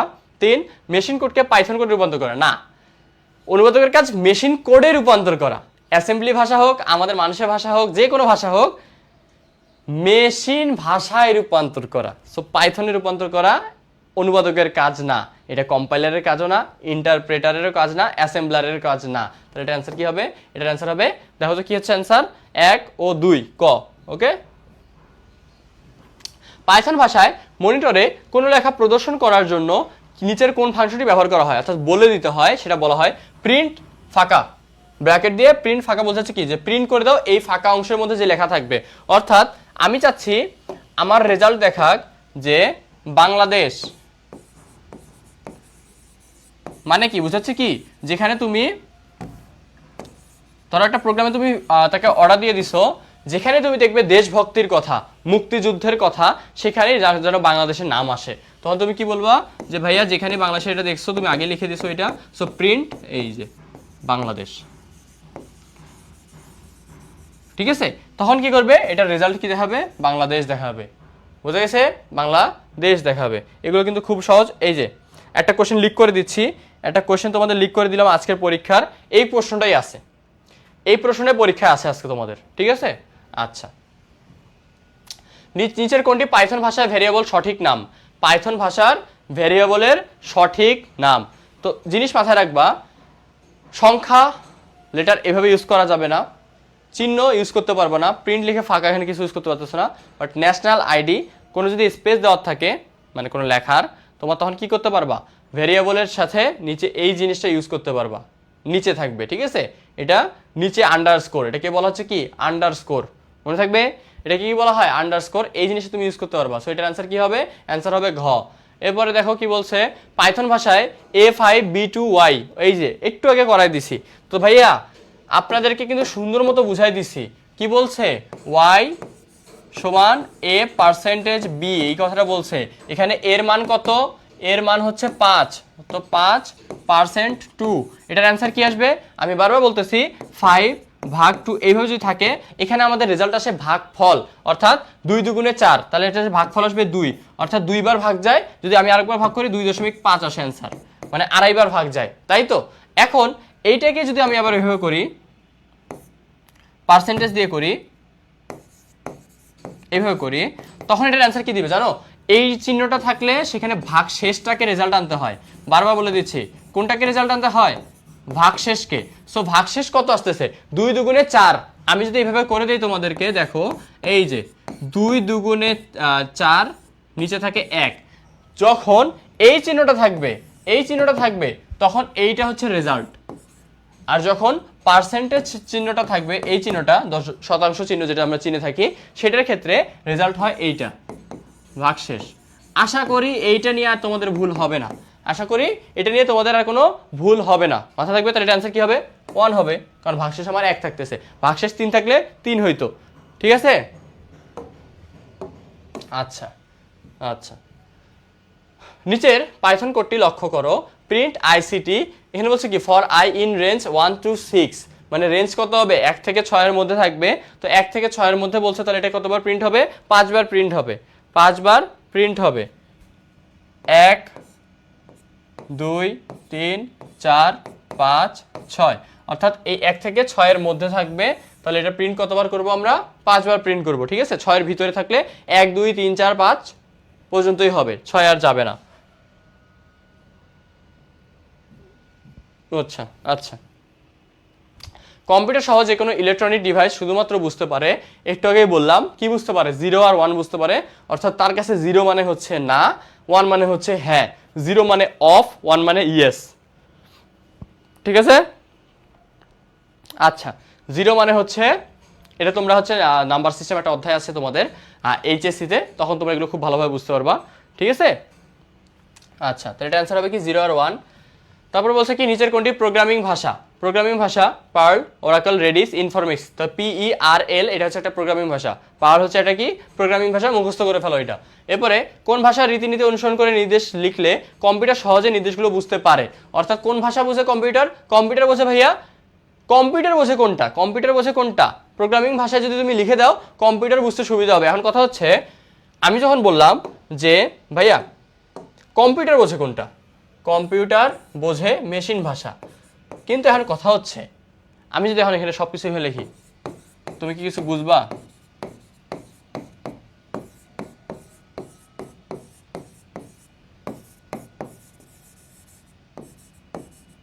এখানে আমি কি লিখছি তুমি বুঝো? বুঝতে পারতেছো? ভাই আমি নিজেই বুঝতেছি না এখানে আমি কি লিখছি, আমি জানি না, বাট মেশিন কিন্তু বুঝতে পারবে। তো কথা হচ্ছে, আমি বুঝাইতে পারবো কোন ভাষায় সহজ হবে, তো সেটা হচ্ছে প্রোগ্রামিং ভাষা। আমি যে ভাষাটা বুঝাইতে পারবো আর মেশিনের জন্য বুঝতে সুবিধা হবে, সেটা হচ্ছে প্রোগ্রামিং ভাষা। মেশিনকে আমার ভাষা ইংরেজি ভাষা বললে কি সে বুঝবে? মেশিন তো বুঝবে না। হ্যাঁ, বলবো কি ভাই মেশিন তো বোঝে, কিন্তু না। তুমি যখন একটা ইনপুট দাও, ধরো তুমি যখন তাকে ইনপুট দিচ্ছ এইরকম 10, যে 10, সে কিন্তু তোমার 10 বুঝতেছে না। সে কি বুঝতেছে জানো?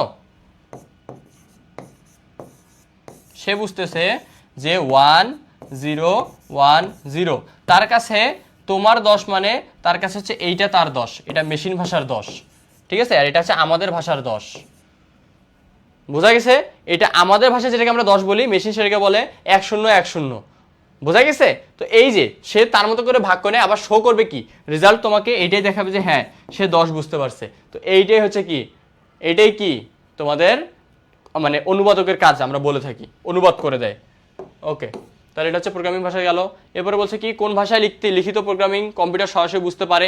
তো এটা তো আমরা একটু আগে বুঝলাম, মেশিন ভাষায় লিখিত প্রোগ্রামিং তাড়াতাড়ি বুঝতে পারে, সঠিকভাবে বুঝতে পারে। আবু হুরায়রা কিসের কথা বলছো ভাইয়া? কেন স্যার না, কেন স্যার না, দুটো প্রসেস তো আলাদা। আমরা যেটাকে আমাদের ভাষায় বলি, ধরো আমি বাংলা ভাষাটা কথা বললাম যে বাংলাদেশ, সে কিন্তু বাংলাদেশ শোনে নাই, সে বোঝে নাই। তাকে তুমি বাংলাদেশ ইনপুট দিচ্ছ, তুমি টাইপ করতেছো বাংলাদেশ, সে তোমাকে দেখাচ্ছেও বাংলাদেশ। বাট এই যে ইনপুট তুমি কিবোর্ড থেকে চাপতে মনিটর পর্যন্ত যে সময়টা, চাপতেছো বি, সে তার মতো করে বিটাকে কোড করে নিচ্ছে, কোড করে মানে ট্রান্সলেট করে তার ভাষায় নিয়ে নিচ্ছে, আবার সে তার কথাটা ট্রান্সলেটরের মাধ্যমে তোমাকে পৌঁছে দিচ্ছে তোমার ভাষায়, যাতে তুমিও বুঝতে পারো সেও বুঝতে পারে, দুইজনেরই মত প্রকাশের স্বাধীনতা এখানে বজায় থাকে, এটাই বলছে। তো কোন ভাষায় লিখিত প্রোগ্রাম কম্পিউটার সরাসরি বুঝতে পারে, এটা আমরা মেশিন ভাষা দেখলাম। এখন বলছে কি প্রোগ্রামিং ভাষাকে মেশিন ভাষায় রূপান্তর করার ব্যবস্থাকে কি বলা হয়? প্রোগ্রামিং ভাষাকে মেশিন ভাষায় রূপান্তর করতে আমরা কি করতেছি? অনুবাদ ব্যবহার করতেছি না, অনুবাদ ব্যবহার করতেছি। সো এটা হচ্ছে কি অনুবাদক প্রোগ্রাম। প্রোগ্রামিং ভাষাকে একত্রে মেশিন ভাষায় রূপান্তর করে কোনটি? এই প্রশ্নের অ্যান্সার তোমরা করবা। একত্রে মানে একসাথে করে কোনটি? একসাথে করে কোনটি? জলদি বলো।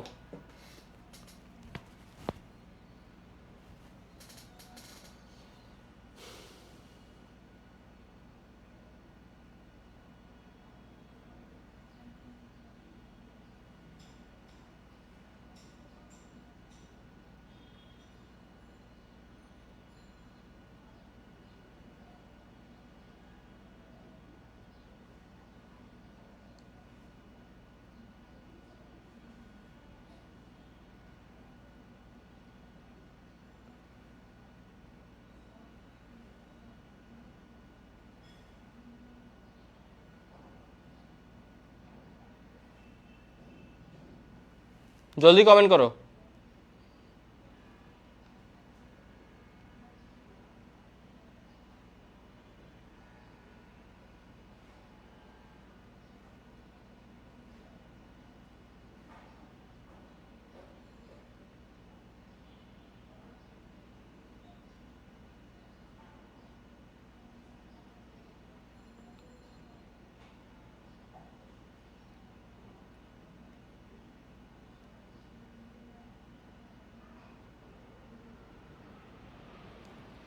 ওকে, তোমাদের কি অ্যান্সার আসছে?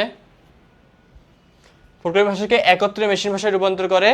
এখন এটা তোমাদের হচ্ছে আমি কনফিউজ করতেই পারি, বাট এখানে অ্যান্সার এখন জাস্ট ইহা করা আছে, এটা ঠিক করে দেওয়া হবে, টেনশন নিও না। তাহলে কোন কোন প্রশ্ন অ্যান্সার ভুল থাকতেছে কয়টা জাস্ট আমার মাথায় রাখবা। চতুর্থ অধ্যায়ের মানে পঞ্চম অধ্যায়ের হচ্ছে 41 নম্বর অ্যান্সার প্রশ্ন ভুল ছিল, এখানে তোমাদের কয়টা ভুল আছে। প্রোগ্রামিং ভাষাকে একত্রে মেশিন ভাষায় রূপান্তর করে কি? এখানে অ্যান্সার দেওয়া আছে ইন্টারপ্রেটার, বাট এটা ইন্টারপ্রেটার হবে না ভাইয়া, একত্রে রূপান্তর করে কম্পাইলার। এই রিলেটেড কয়টা কোশ্চেন তোমাদের কনফিউজ আছে। কম্পাইলার একত্রে করে, একটু আগে আমি যেন দেখাই দিছি তোমাদের যাতে ভুল না হয়, ঠিক আছে? কম্পাইলার কি করে? একত্রে করে। আর ইন্টারপ্রেটার লাইন বাই লাইন করে। সো এটা খ হবে না, এটার অ্যান্সার হবে ক। তো এইটা পিডিএফ নিয়ে তোমরা কনফিউজ থাকো না ভাইয়া, পিডিএফে আমি ঠিক করে দেবো, এটা আমি বলে দিচ্ছি, সমস্যা নাই। তো এটা হবে কি? ক হবে। 11-র অ্যান্সার হবে ক, 11-র অ্যান্সার হবে ক। মাথায় রাখিও 11 ভুল, 41-এ ভুল ছিল, 11-তে ভুল আছে, আর 2টা থেকে 3টা কোশ্চেনে ভুল রাখা আছে, বাট এটা ঠিক করে দিব, সমস্যা নেই। আচ্ছা, তোমাদেরকে বেশি কনফিউজ করবো না, এগুলো কনফিউজ হলে আবার পড়তে তোমাদেরই ভেজাল হবে, সমস্যা নেই, পিডিএফ দেখে পড়বা যেহেতু। তো কি বলছে?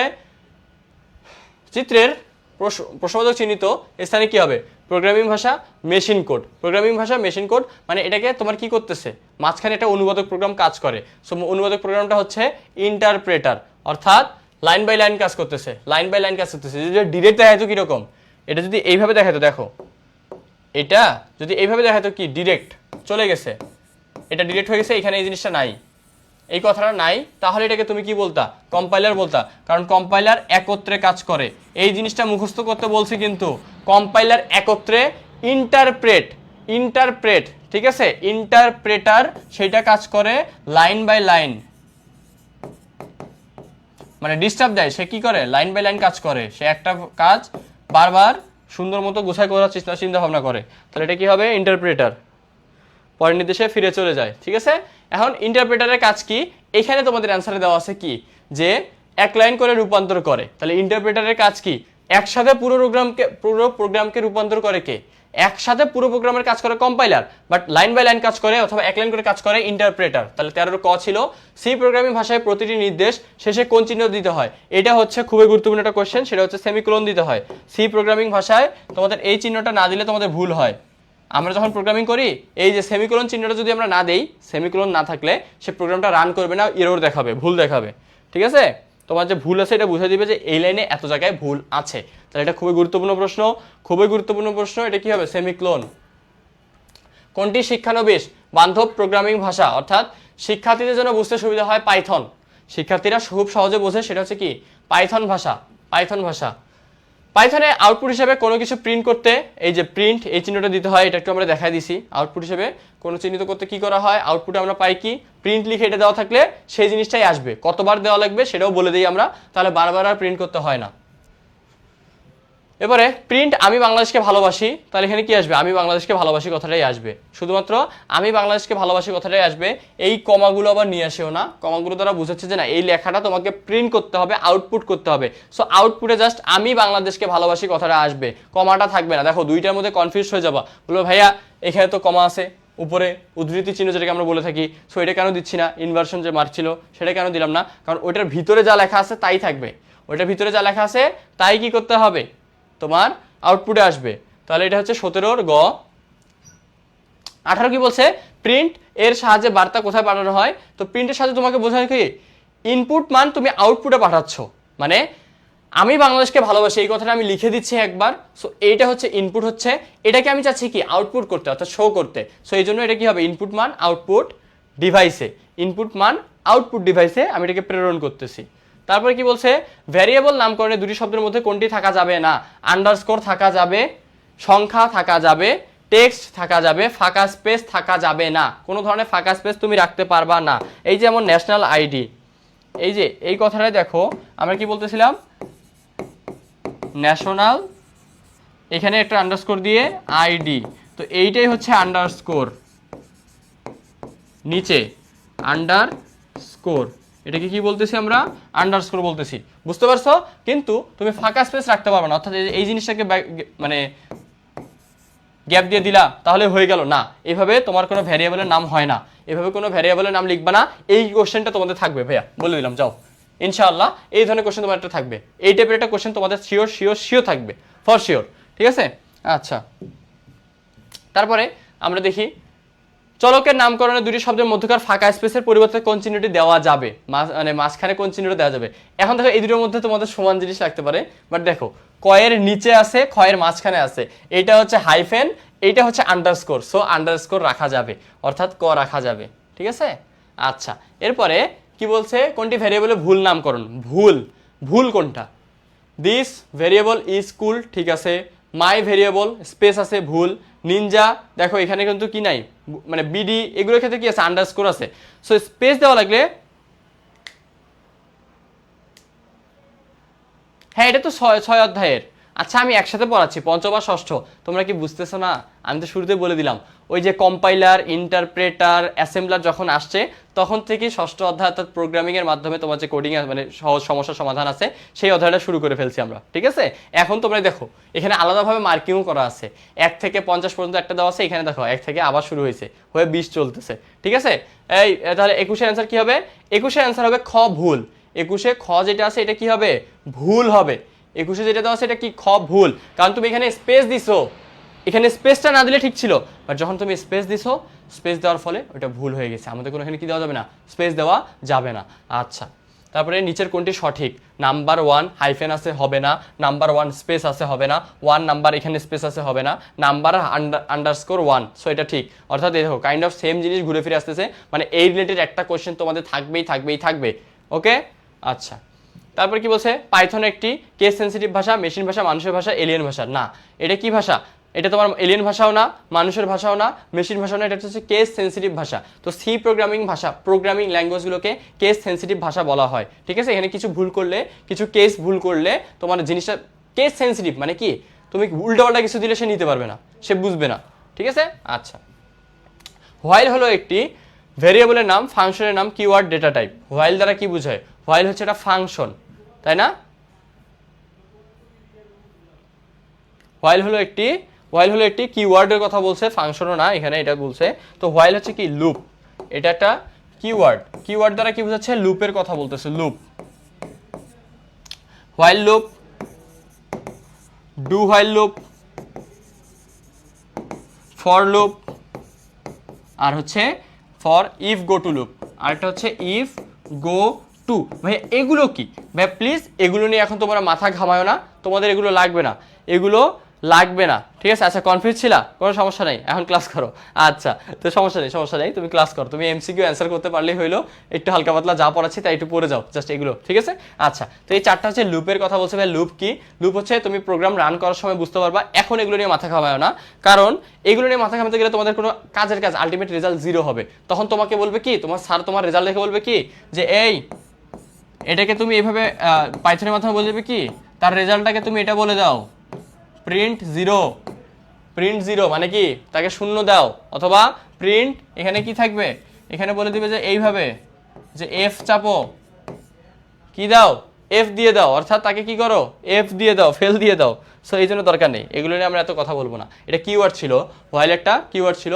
এখানে বলছে কি ভ্যারিয়েবলের মধ্যে তথ্য জমা রাখার জন্য কোন চিহ্নটি ব্যবহার করা হয়? তথ্য জমা রাখার জন্য জাস্ট সমান চিহ্ন ব্যবহার করা হয়। এটা বুঝায় কি, কম্প্যারিজন বুঝায়, তুলনা, সমান সমান, দুই সাইডে সমান। এটা বুঝায় বড় অথবা সমান, আর এটা বুঝায় ছোট অথবা সমান। সো সমান চিহ্ন দ্বারা কি তথ্য রাখা হয়, ঠিক আছে? নিচের কোনটি ডেটা টাইপ নয়? ইন্টিজার, ফ্লোট, ফর, বুল দ্বারা হচ্ছে বুলিয়ান। বুল দ্বারা কি বুঝাচ্ছে? বুলিয়ান বুঝাচ্ছে। ইন্টিজার, ফ্লোট দ্বারা দশমিক বুঝাচ্ছে। ইন্টিজার দ্বারা অর্থাৎ আইএনটি দ্বারা পূর্ণ সংখ্যা, ফ্লোট দ্বারা দশমিক সংখ্যা থাকবে, বুল দ্বারা বুলেট অর্থাৎ 0 1 বুঝাবে, হ্যাঁ অথবা না। আচ্ছা এই যে বুলিয়ান যেটা বললাম, এটা হচ্ছে বুলিয়ানটা হচ্ছে কি রকম? বুলিয়ানের ডেটা টাইপটা হচ্ছে হয় সেটা সত্য তাহলে হ্যাঁ, অথবা না। তার মানে সে উত্তর দেয় দুইটাতে, সে উত্তর দেয় হয় হ্যাঁ, না হয় না, এই দুটো ছাড়া সে কোনো উত্তর দেয় না। আর ফর হচ্ছে একটা লুপ, অর্থাৎ এটাকে আমরা কিওয়ার্ড বলতে পারি, ঠিক আছে? আচ্ছা এটা হচ্ছে দশমিক, আর এই ইন্ট যেটা আছে সেটা হচ্ছে পূর্ণ সংখ্যা। শুধুমাত্র যত ধরনের পূর্ণ সংখ্যা আছে সবগুলোর অ্যান্সার সে দিতে পারে, ঠিক আছে? আশা করে বুঝতে পারছো। পূর্ণ সংখ্যা, দশমিক, এটা হচ্ছে লুপ, একটা কিওয়ার্ড। তো এখানে বলছে কি ডেটা টাইপ নয়, এই বাকি এই তিনটা হচ্ছে কি ডেটা টাইপ। এইটা ফরটা কি নয়, ফরটা ডেটা টাইপ নয়, ঠিক আছে? ওকে আচ্ছা এরপর অ্যান্সারটা করো দেখি। 26 অ্যান্সার তাহলে গ পাইলাম আমরা। 27 কি হবে? নিচের কোনটি Python data type? Python data type কোনটি? আইএনটি, ফ্লোট, বুল, এই তিনটার মধ্যে তিনটাই হবে কিনা একটু জানাও। আচ্ছা এই তিনটাই হবে কিনা বলো। আইএনটি, ফ্লোট, বুল, হ্যাঁ এই তিনটা সবগুলোই হবে। তো এটা হচ্ছে পাইথনের ডেটা টাইপ, সবগুলোই হবে। তারপরে পাইথন ভাষায় 463টি কোন ধরনের ডেটা টাইপ? 4 6 3, এখানে যেটা বলছে 463, এটা কি ইন্টিজার? হ্যাঁ হইতে পারে। ক্যারেক্টার হয় অক্ষর থাকলে, ABCD এগুলো থাকলে। বুল হয় হ্যাঁ অথবা না। ফ্লোট হয় দশমিক থাকলে। সো এখানে কি নাই, কোনো দশমিক নাই। সো এটা জাস্ট একটা পূর্ণ সংখ্যা, আইএনটি হবে। এটা কি হবে? আইএনটি হবে। পাইথন ভাষায় এই যে দশমিক আছে, সো এটা হচ্ছে কি, এটা কি একটা দশমিক যেহেতু আছে এটাকে আমরা ফ্লোট বলবো। কি বলবো? ফ্লোট বলবো। ঘ। তারপরে ভ্যারিয়েবলের ডেটা টাইপ বের করা যায় কোন ফাংশনের মাধ্যমে? ভ্যারিয়েবলের ডেটা টাইপ বের করা যায় কোনটার মাধ্যমে? Print, input, data type. এখন ডেটা টাইপ দেখে তোমাদের অ্যান্সার মনে হতে পারে যে ডেটা টাইপ, বাট না, টাইপ লিখে দেওয়া থাকে। এটা কি থাকে? টাইপ আর ব্র্যাকেটের মধ্যে থাকে, টাইপ ব্র্যাকেট, অর্থাৎ ব্র্যাকেটের ভিতরে যে জিনিসটা থাকবে সেটা দ্বারা তুমি কি বুঝবা? ডেটা টাইপ বুঝবা, ঠিক আছে? প্রিন্ট টাইপ 23 লাইনটির আউটপুট কি হবে? এই ধরনের কোশ্চেন হয়তো বা তোমাদের আসবে না। এটা তোমাদের এখানে কি জানো, এটার অ্যান্সার তোমাদের দেখাবে ক্লাস আইএনটি, অর্থাৎ এই যে ক্লাস আইএনটি, এই যে ঘ নাম্বারটা দেখাবে। এটা দেখানোর কারণ কি জানো? বলছে কি টাইপ অর্থাৎ এর ধরন কি। সো এটা কোন ক্লাসের মধ্যে পড়ছে? এটা হচ্ছে 23। যখন তোমার টাইপের কথা বলে, একটা কথা মাথায় রাখো, যখন বলবে প্রিন্ট টাইপ, অর্থাৎ টাইপ মানে কি, এটা কোন ধরনের, এর টাইপটা কি সেইটা তোমাকে লিখতে হবে। সংখ্যাটা লিখবা না, তুমি সংখ্যাটা লিখবা না, বোঝা গেছে? সো এখানে 23 2 3, এটা একটা পূর্ণ সংখ্যা। সো এটা একটা ইন্টিজার মান। কি মান? ইন্টিজার মান। সো যেহেতু ইন্টিজার, এটা টাইপটা কি, এর ক্লাসটা কি? এই ক্লাসটা হচ্ছে ইন্টিজার অর্থাৎ পূর্ণ সংখ্যা। সো এই জন্য এটার ঘ হবে অ্যান্সার। এখানে দেখো তোমার কিছু সুন্দর মতো বলা আছে, ধাপে ধাপে বিশ্লেষণ করে দেওয়া আছে যাতে কনফিউজ না হয়ে যাও, পিডিএফে পেয়ে যাবা, ঠিক আছে? 31 পরে ইন্টিজার ডেটা টাইপে রূপান্তর করতে কোন টাইপ কাস্টিং ব্যবহার করা হয়? ইন্টিজার ডেটা টাইপে রূপান্তর করতে কোন ড্যাশ টাইপ মানে কোন টাইপ কাস্টিং ব্যবহার করা হয়? আইএনটি, ফ্লোট, স্ট্রিং নাকি বুলিয়ান? কোনটা হবে? তো পূর্ণ সংখ্যার কথা বলছে ইন্টিজার। সো ইন্টিজার হলে কি হবে? আইএনটি ব্যবহার করব। ফ্লোট কেন ব্যবহার করব? দশমিকের ক্ষেত্রে সেটা হবে। স্ট্রিং আলাদা হিসাব, বুলিয়ানের ক্ষেত্রে হ্যাঁ না ওটা আলাদা হিসাব। সো আমাদের এটা দরকার নাই। ফ্লোটিং ডেটা টাইপে রূপান্তর করতে ফ্লোটিং এর ক্ষেত্রে ফ্লোট, এটা আমরা পারবো, এমনিতে পারবো। ফ্লোটিং এ কি আসবে? ফ্লোট কথাটা আসবে, অর্থাৎ দশমিকের মানে সংখ্যাটা আসবে দশমিকের জন্য, এগুলো easy. String data type STR, এই জিনিসগুলো কি পারবা না? ভাই সহজ ভাইয়া, এগুলো থেকে আসবে তোমাদের, এগুলো থেকে একটা থেকে দুইটা কোশ্চেন পেয়ে যাবা। আচ্ছা গ, তাহলে এটা কি হলো অ্যান্সারটা দেখে নাও গ। আচ্ছা বুলিয়ান ডেটা টাইপ বুল, অর্থাৎ সেম টাইপ, চারটা কোশ্চেন চারটা টাইপ সেম টাইপের। পাইথন ভাষায় z ইকুয়াল স্ট্রিং 30 হলে প্রিন্ট z এর মান কত? স্ট্রিং এর কথা বলছে, স্ট্রিং, তো এখানে স্ট্রিং দিতে হবে, অর্থাৎ এই যে উপরে কি দিতে হবে, এই যে 30 আছে অর্থাৎ 3.0, এটা হচ্ছে কি স্ট্রিং এর অ্যান্সার আসবে। এটা হচ্ছে নন প্রিমিটিভ, নন প্রিমিটিভ, এগুলো থেকে তোমাদের তেমন কোশ্চেন করার কথা না, নন প্রিমিটিভ, ঠিক আছে, বোঝা গেছে? আচ্ছা ওকে, ব্যবহারকারী থেকে তথ্য ইনপুট নিতে কোন ফাংশনটি ব্যবহার করা হয়? ব্যবহারকারী অর্থাৎ যে ইউজ করতেছে তার থেকে ইনপুট নিতে তুমি কি ব্যবহার করো? ইনপুট নিতে তুমি ব্যবহার করো ইনপুট, কথার সাথেই রিলেট, কথার সাথেই অ্যান্সার আছে, ইনপুট ইনপুট, ডেটা টাইপের সাথে টাইপ কথাটা আসবে। আচ্ছা ইনপুট নেওয়ার সময় নির্দিষ্ট ডেটা টাইপে রূপান্তর করতে ইনপুট নেওয়াকে কি বলা হয়? আচ্ছা 38 অ্যান্সার করো দেখি তোমরা, 38 অ্যান্সার করো।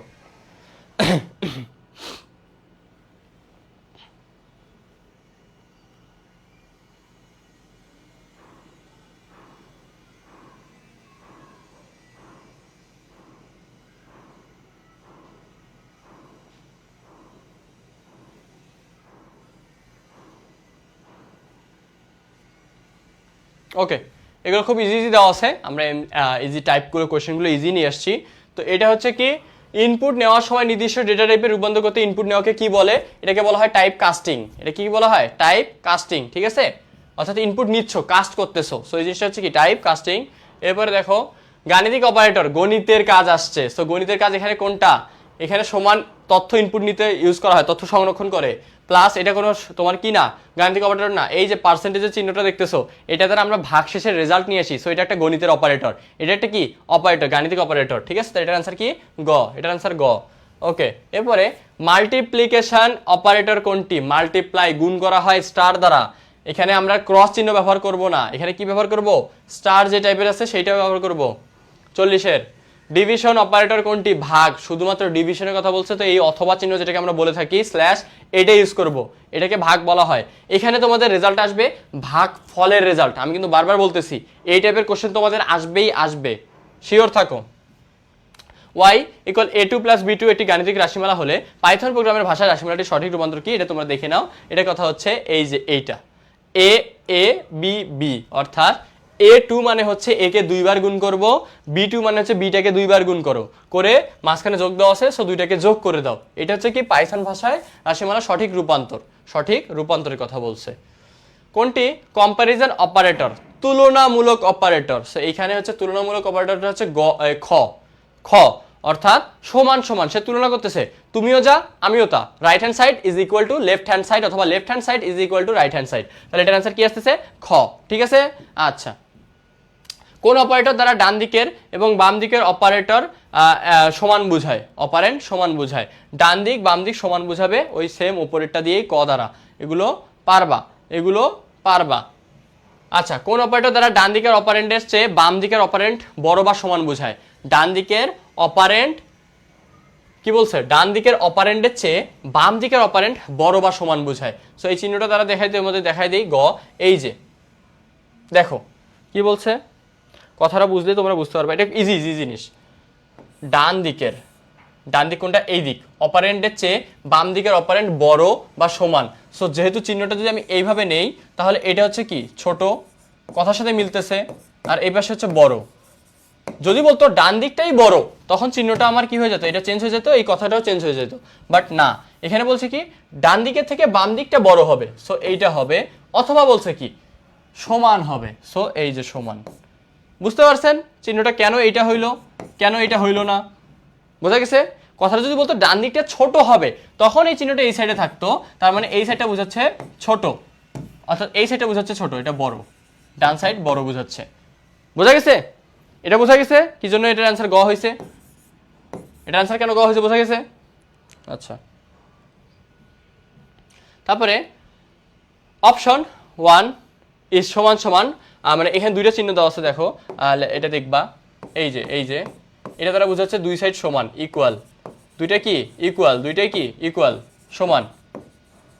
অর্থাৎ এখানে OP1 অর্থাৎ অপশন 1, এখানে অপশন 2 আর 3 মিলে যা হয় অপশন 1 তাই হয়। অর্থাৎ এটাকে আমরা এইভাবে বলতে পারি 10 সমান সমান 7 যোগ 3। বিষয়টা কাইন্ড অফ সেম, মানে এও যা বুঝাচ্ছে ও তা বুঝাচ্ছে, ঠিক আছে। তাহলে এখানে কি সব অপারেটর, এটা এক্সপ্রেশন, এটা কি রিলেশনের এক্সপ্রেশন, এটা জাস্ট অপারেটর, এইটা জাস্ট অপারেটর, বাট এখানে একটা তোমাকে একটা এক্সপ্রেশন দিয়ে দিছে। কি দিয়ে দিছে? এখানে পুরোটা এক্সপ্রেশন দিয়ে দিছে, অর্থাৎ গাণিতিক এটা তোমার হচ্ছে কি উদাহরণ এখানে জাস্ট তোমাকে দিয়ে দিছে, উদাহরণ দিয়ে দিছে। সেই জন্য এটা কি একটা রিলেশনাল এক্সপ্রেশন। রিলেশনাল অপারেটর হচ্ছে জাস্ট এইটা সমানটা, বাট পুরো জিনিসটা হচ্ছে কি একটা এক্সপ্রেশন, ঠিক আছে, একটা এক্সপ্রেশন। পাইথনে শর্ত সাপেক্ষে কোনো কার্য সম্পাদনের জন্য কোনটি ব্যবহার করা হয়? শর্ত সাপেক্ষে, শর্ত সাপেক্ষে কথা বলছে, একটা শর্তের কথা বলছে। সো এই জন্য শর্ত মানে হচ্ছে ইফ, যদি, যদি এইটা হয় তাহলে এটা হবে। অর্থাৎ যদি ইন্ডিয়া রান করে 100 রান করে তাহলে বাংলাদেশ হেরে যাবে, কথার রিলেশনটা হচ্ছে এইরকম টাইপের। অর্থাৎ এখানে একটা কি শর্ত থাকবে। ইফ স্টেটমেন্ট ব্যবহৃত শর্ত হতে পারে অ্যারিথমেটিক এক্সপ্রেশন, রিলেশনাল এক্সপ্রেশন, গাণিতিক এক্সপ্রেশন, কোনোটি নয়, অবশ্যই একটা তো হবেই। তাহলে কোনটা হবে? এটা হচ্ছে রিলেশনাল এক্সপ্রেশন। রিলেশন, ইফ, তার সাথে তার সম্পর্ক আছে, ইফ, ইফ দ্বারা বোঝাচ্ছে এটা, ঠিক আছে, এটা ইফ দ্বারা বোঝাচ্ছে, যদি এক্সপ্রেশন বোঝাচ্ছে। পাইথন প্রোগ্রামে অন্যথায় যদি, এটাকে বলা হয় এলস ইফ। এলস মানে অন্যথায়, ইফ মানে যদি। অন্যথায় যদি একসাথে লিখতেছে এলিফ, ই দ্বারা বুঝেছে, এখানে ই এল দ্বারা বুঝাচ্ছে এলস, আর আইএফ দ্বারা বুঝেছে ইফ, দুইটাকে একসাথে লিখছে এলস ইফ, ঠিক আছে। এই জন্য এটা একসাথে কি হচ্ছে? এলিফ হয়ে গেছে। একই কাজ একাধিকবার সম্পন্ন করতে ব্যবহৃত হয়। একই কাজ একবার মানে একাধিকবার করতে কি করি আমরা? লুপ ব্যবহার করে থাকি না? আমরা লুপ ব্যবহার করে থাকি, লুপের কাজ, অর্থাৎ ঘুরে ফিরে। ধরো এই কথাটা বলছে কি, যতক্ষণ পর্যন্ত না যোগফল 100 এর বেশি হবে ততক্ষণ পর্যন্ত তুমি যোগ করতে থাকো। তাহলে তুমি একের সাথে 1 যোগ করবা, একের সাথে 2 যোগ করবা, একের সাথে 3 যোগ করবা, একের সাথে 4 যোগ করবা, মানে এইভাবে তুমি একটা কাজ বারবার করতেই থাকবা। যখন গিয়ে দেখলা কি যে 98 যোগ 3 হয়ে গেছে, অর্থাৎ কি হলো তাহলে 100 বেশি হয়ে গেল, তখন তোমার অপারেশন অফ হয়ে যাবে, অর্থাৎ ওইখানে তোমার এক্সপ্রেশন শেষ, ঠিক আছে, তোমার কাজটা ওইখানে লুপের কাজটা শেষ হয়ে যাবে, এটাই বলছে। পাইথন প্রোগ্রামে ব্যবহৃত লুপ কন্ট্রোল স্টেটমেন্ট কোনটি? লুপ কন্ট্রোল স্টেটমেন্টের কথা বলছে। সো এটার আনসার কি হবে? হোয়াইল হবে। ততক্ষণ পর্যন্ত কাজটা করবা, ততক্ষণ পর্যন্ত একটা কন্ট্রোল তুমি করেই দিলা তাকে, ঠিক আছে। কোনটি ফর স্টেটমেন্ট সমতুল্য? If statement, else statement, while statement, if else statement. তো এগুলো হচ্ছে খুব সহজ জিনিস, এগুলো তোমাদের এমনি পারার কথা। হোয়াইল স্টেটমেন্ট আর ফলের কথা বলছে সেম। ইফ হচ্ছে শর্ত দিবে, ফর তোমাকে শর্ত দিচ্ছে না, ফর বলতেছে কি এটার জন্য এই কাজটা করো, আর হোয়াইল বলতেছে তুমি ততক্ষণ পর্যন্ত এই কাজটা করবা যতক্ষণ পর্যন্ত সে তার শর্ত, মানে শর্তর কথা না, সে এই জিনিসটা পূরণ করতেছে। সে ধরো বলছে কি যে ততক্ষণ পর্যন্ত যোগ করো যতক্ষণ পর্যন্ত যোগফল জোর হয়, মানে জোর সংখ্যাগুলো যোগফলই তোমার আসবে অ্যান্সার, তুমি বিজোড় কোনো সংখ্যা কি করবা না, যোগ করবা না, ঠিক আছে। আচ্ছা, তাহলে এই হলো তোমাদের নিচের প্রোগ্রামটির রয়্যাল লেখাটি কতবার প্রদর্শিত হবে। বলছে কি ফর আর এন রেঞ্জ 2 11 2, অর্থাৎ এইখানে বলছে কি 2 থেকে 11-র মাঝে, 2 থেকে 11-র মাঝে, তবে এটা রেঞ্জ হবে কি জোর। সো 2 4 6 8 10, অর্থাৎ কি এখানে 2 দিছে, এখানে 1 দিলে তুমি সবগুলো নিতা, 2 3 4 5 6 7 8 9 10 11, এইভাবে সবগুলো রেঞ্জ নিয়ে নিতা। বাট তোমাকে বলে দিছে কি এই যে 2 পরে একটা 2 কমা দিয়ে বলে দিছে, অর্থাৎ তুমি জাস্ট জোরগুলো নিবা। তুমি কি এটার মধ্যে গ্যাপ হবে 2 2 করে, তাহলে 2 4 6 8 10 কতবার হয়? 1 2 3 4 5 কতবার হয়? 5 বার হয়। তাহলে এটা কি অ্যান্সার 5 আছে?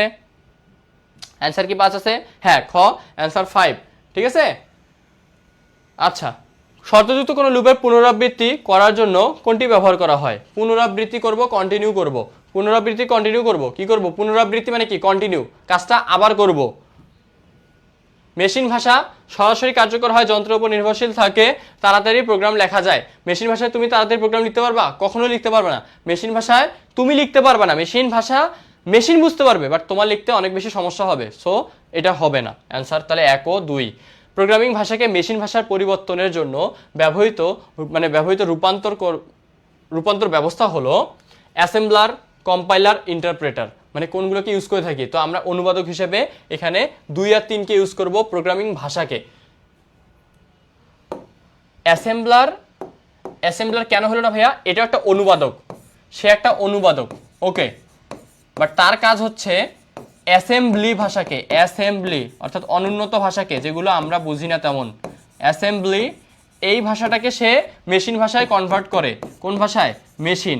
বাট আমাদের প্রোগ্রামিং ভাষাকে কনভার্ট করে থাকে অথবা ট্রান্সলেট করে থাকে কম্পাইলার আর ইন্টারপ্রেটার। সো এটার অ্যান্সার হবে কি 2, 3। এটা ইম্পর্টেন্ট একটা কোয়েশ্চেন, এটা একটা ইম্পর্টেন্ট কোয়েশ্চেন, ঠিক আছে? 56 অ্যান্সারটা তাহলে কি হবে?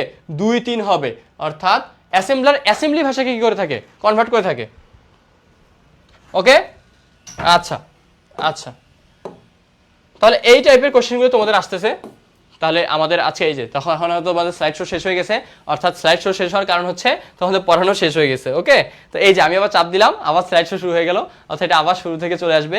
বাট এই যে এগুলো টাইপের পড়াইলাম, এই টাইপের কোশ্চেন থাকবে, কিছুটা অন্যরকম আমি এমসিকিউ দিয়ে রাখছি পরীক্ষার জন্য, যাতে তোমরা নতুন কিছু শিখতে পারো। এখানে যা পড়লে সাথে শিখবাই, কয়টা জিনিস অ্যান্সার ভুল আছে, এগুলো অ্যান্সারগুলো ঠিক করে তোমাকে কি দেওয়া হবে? পিডিএফটা দিয়ে দিব, ঠিক আছে? তো আজকে এই পর্যন্ত, সবাই সুস্থ থাকিও, ভালো থাকিও, আল্লাহ হাফেজ, টাটা।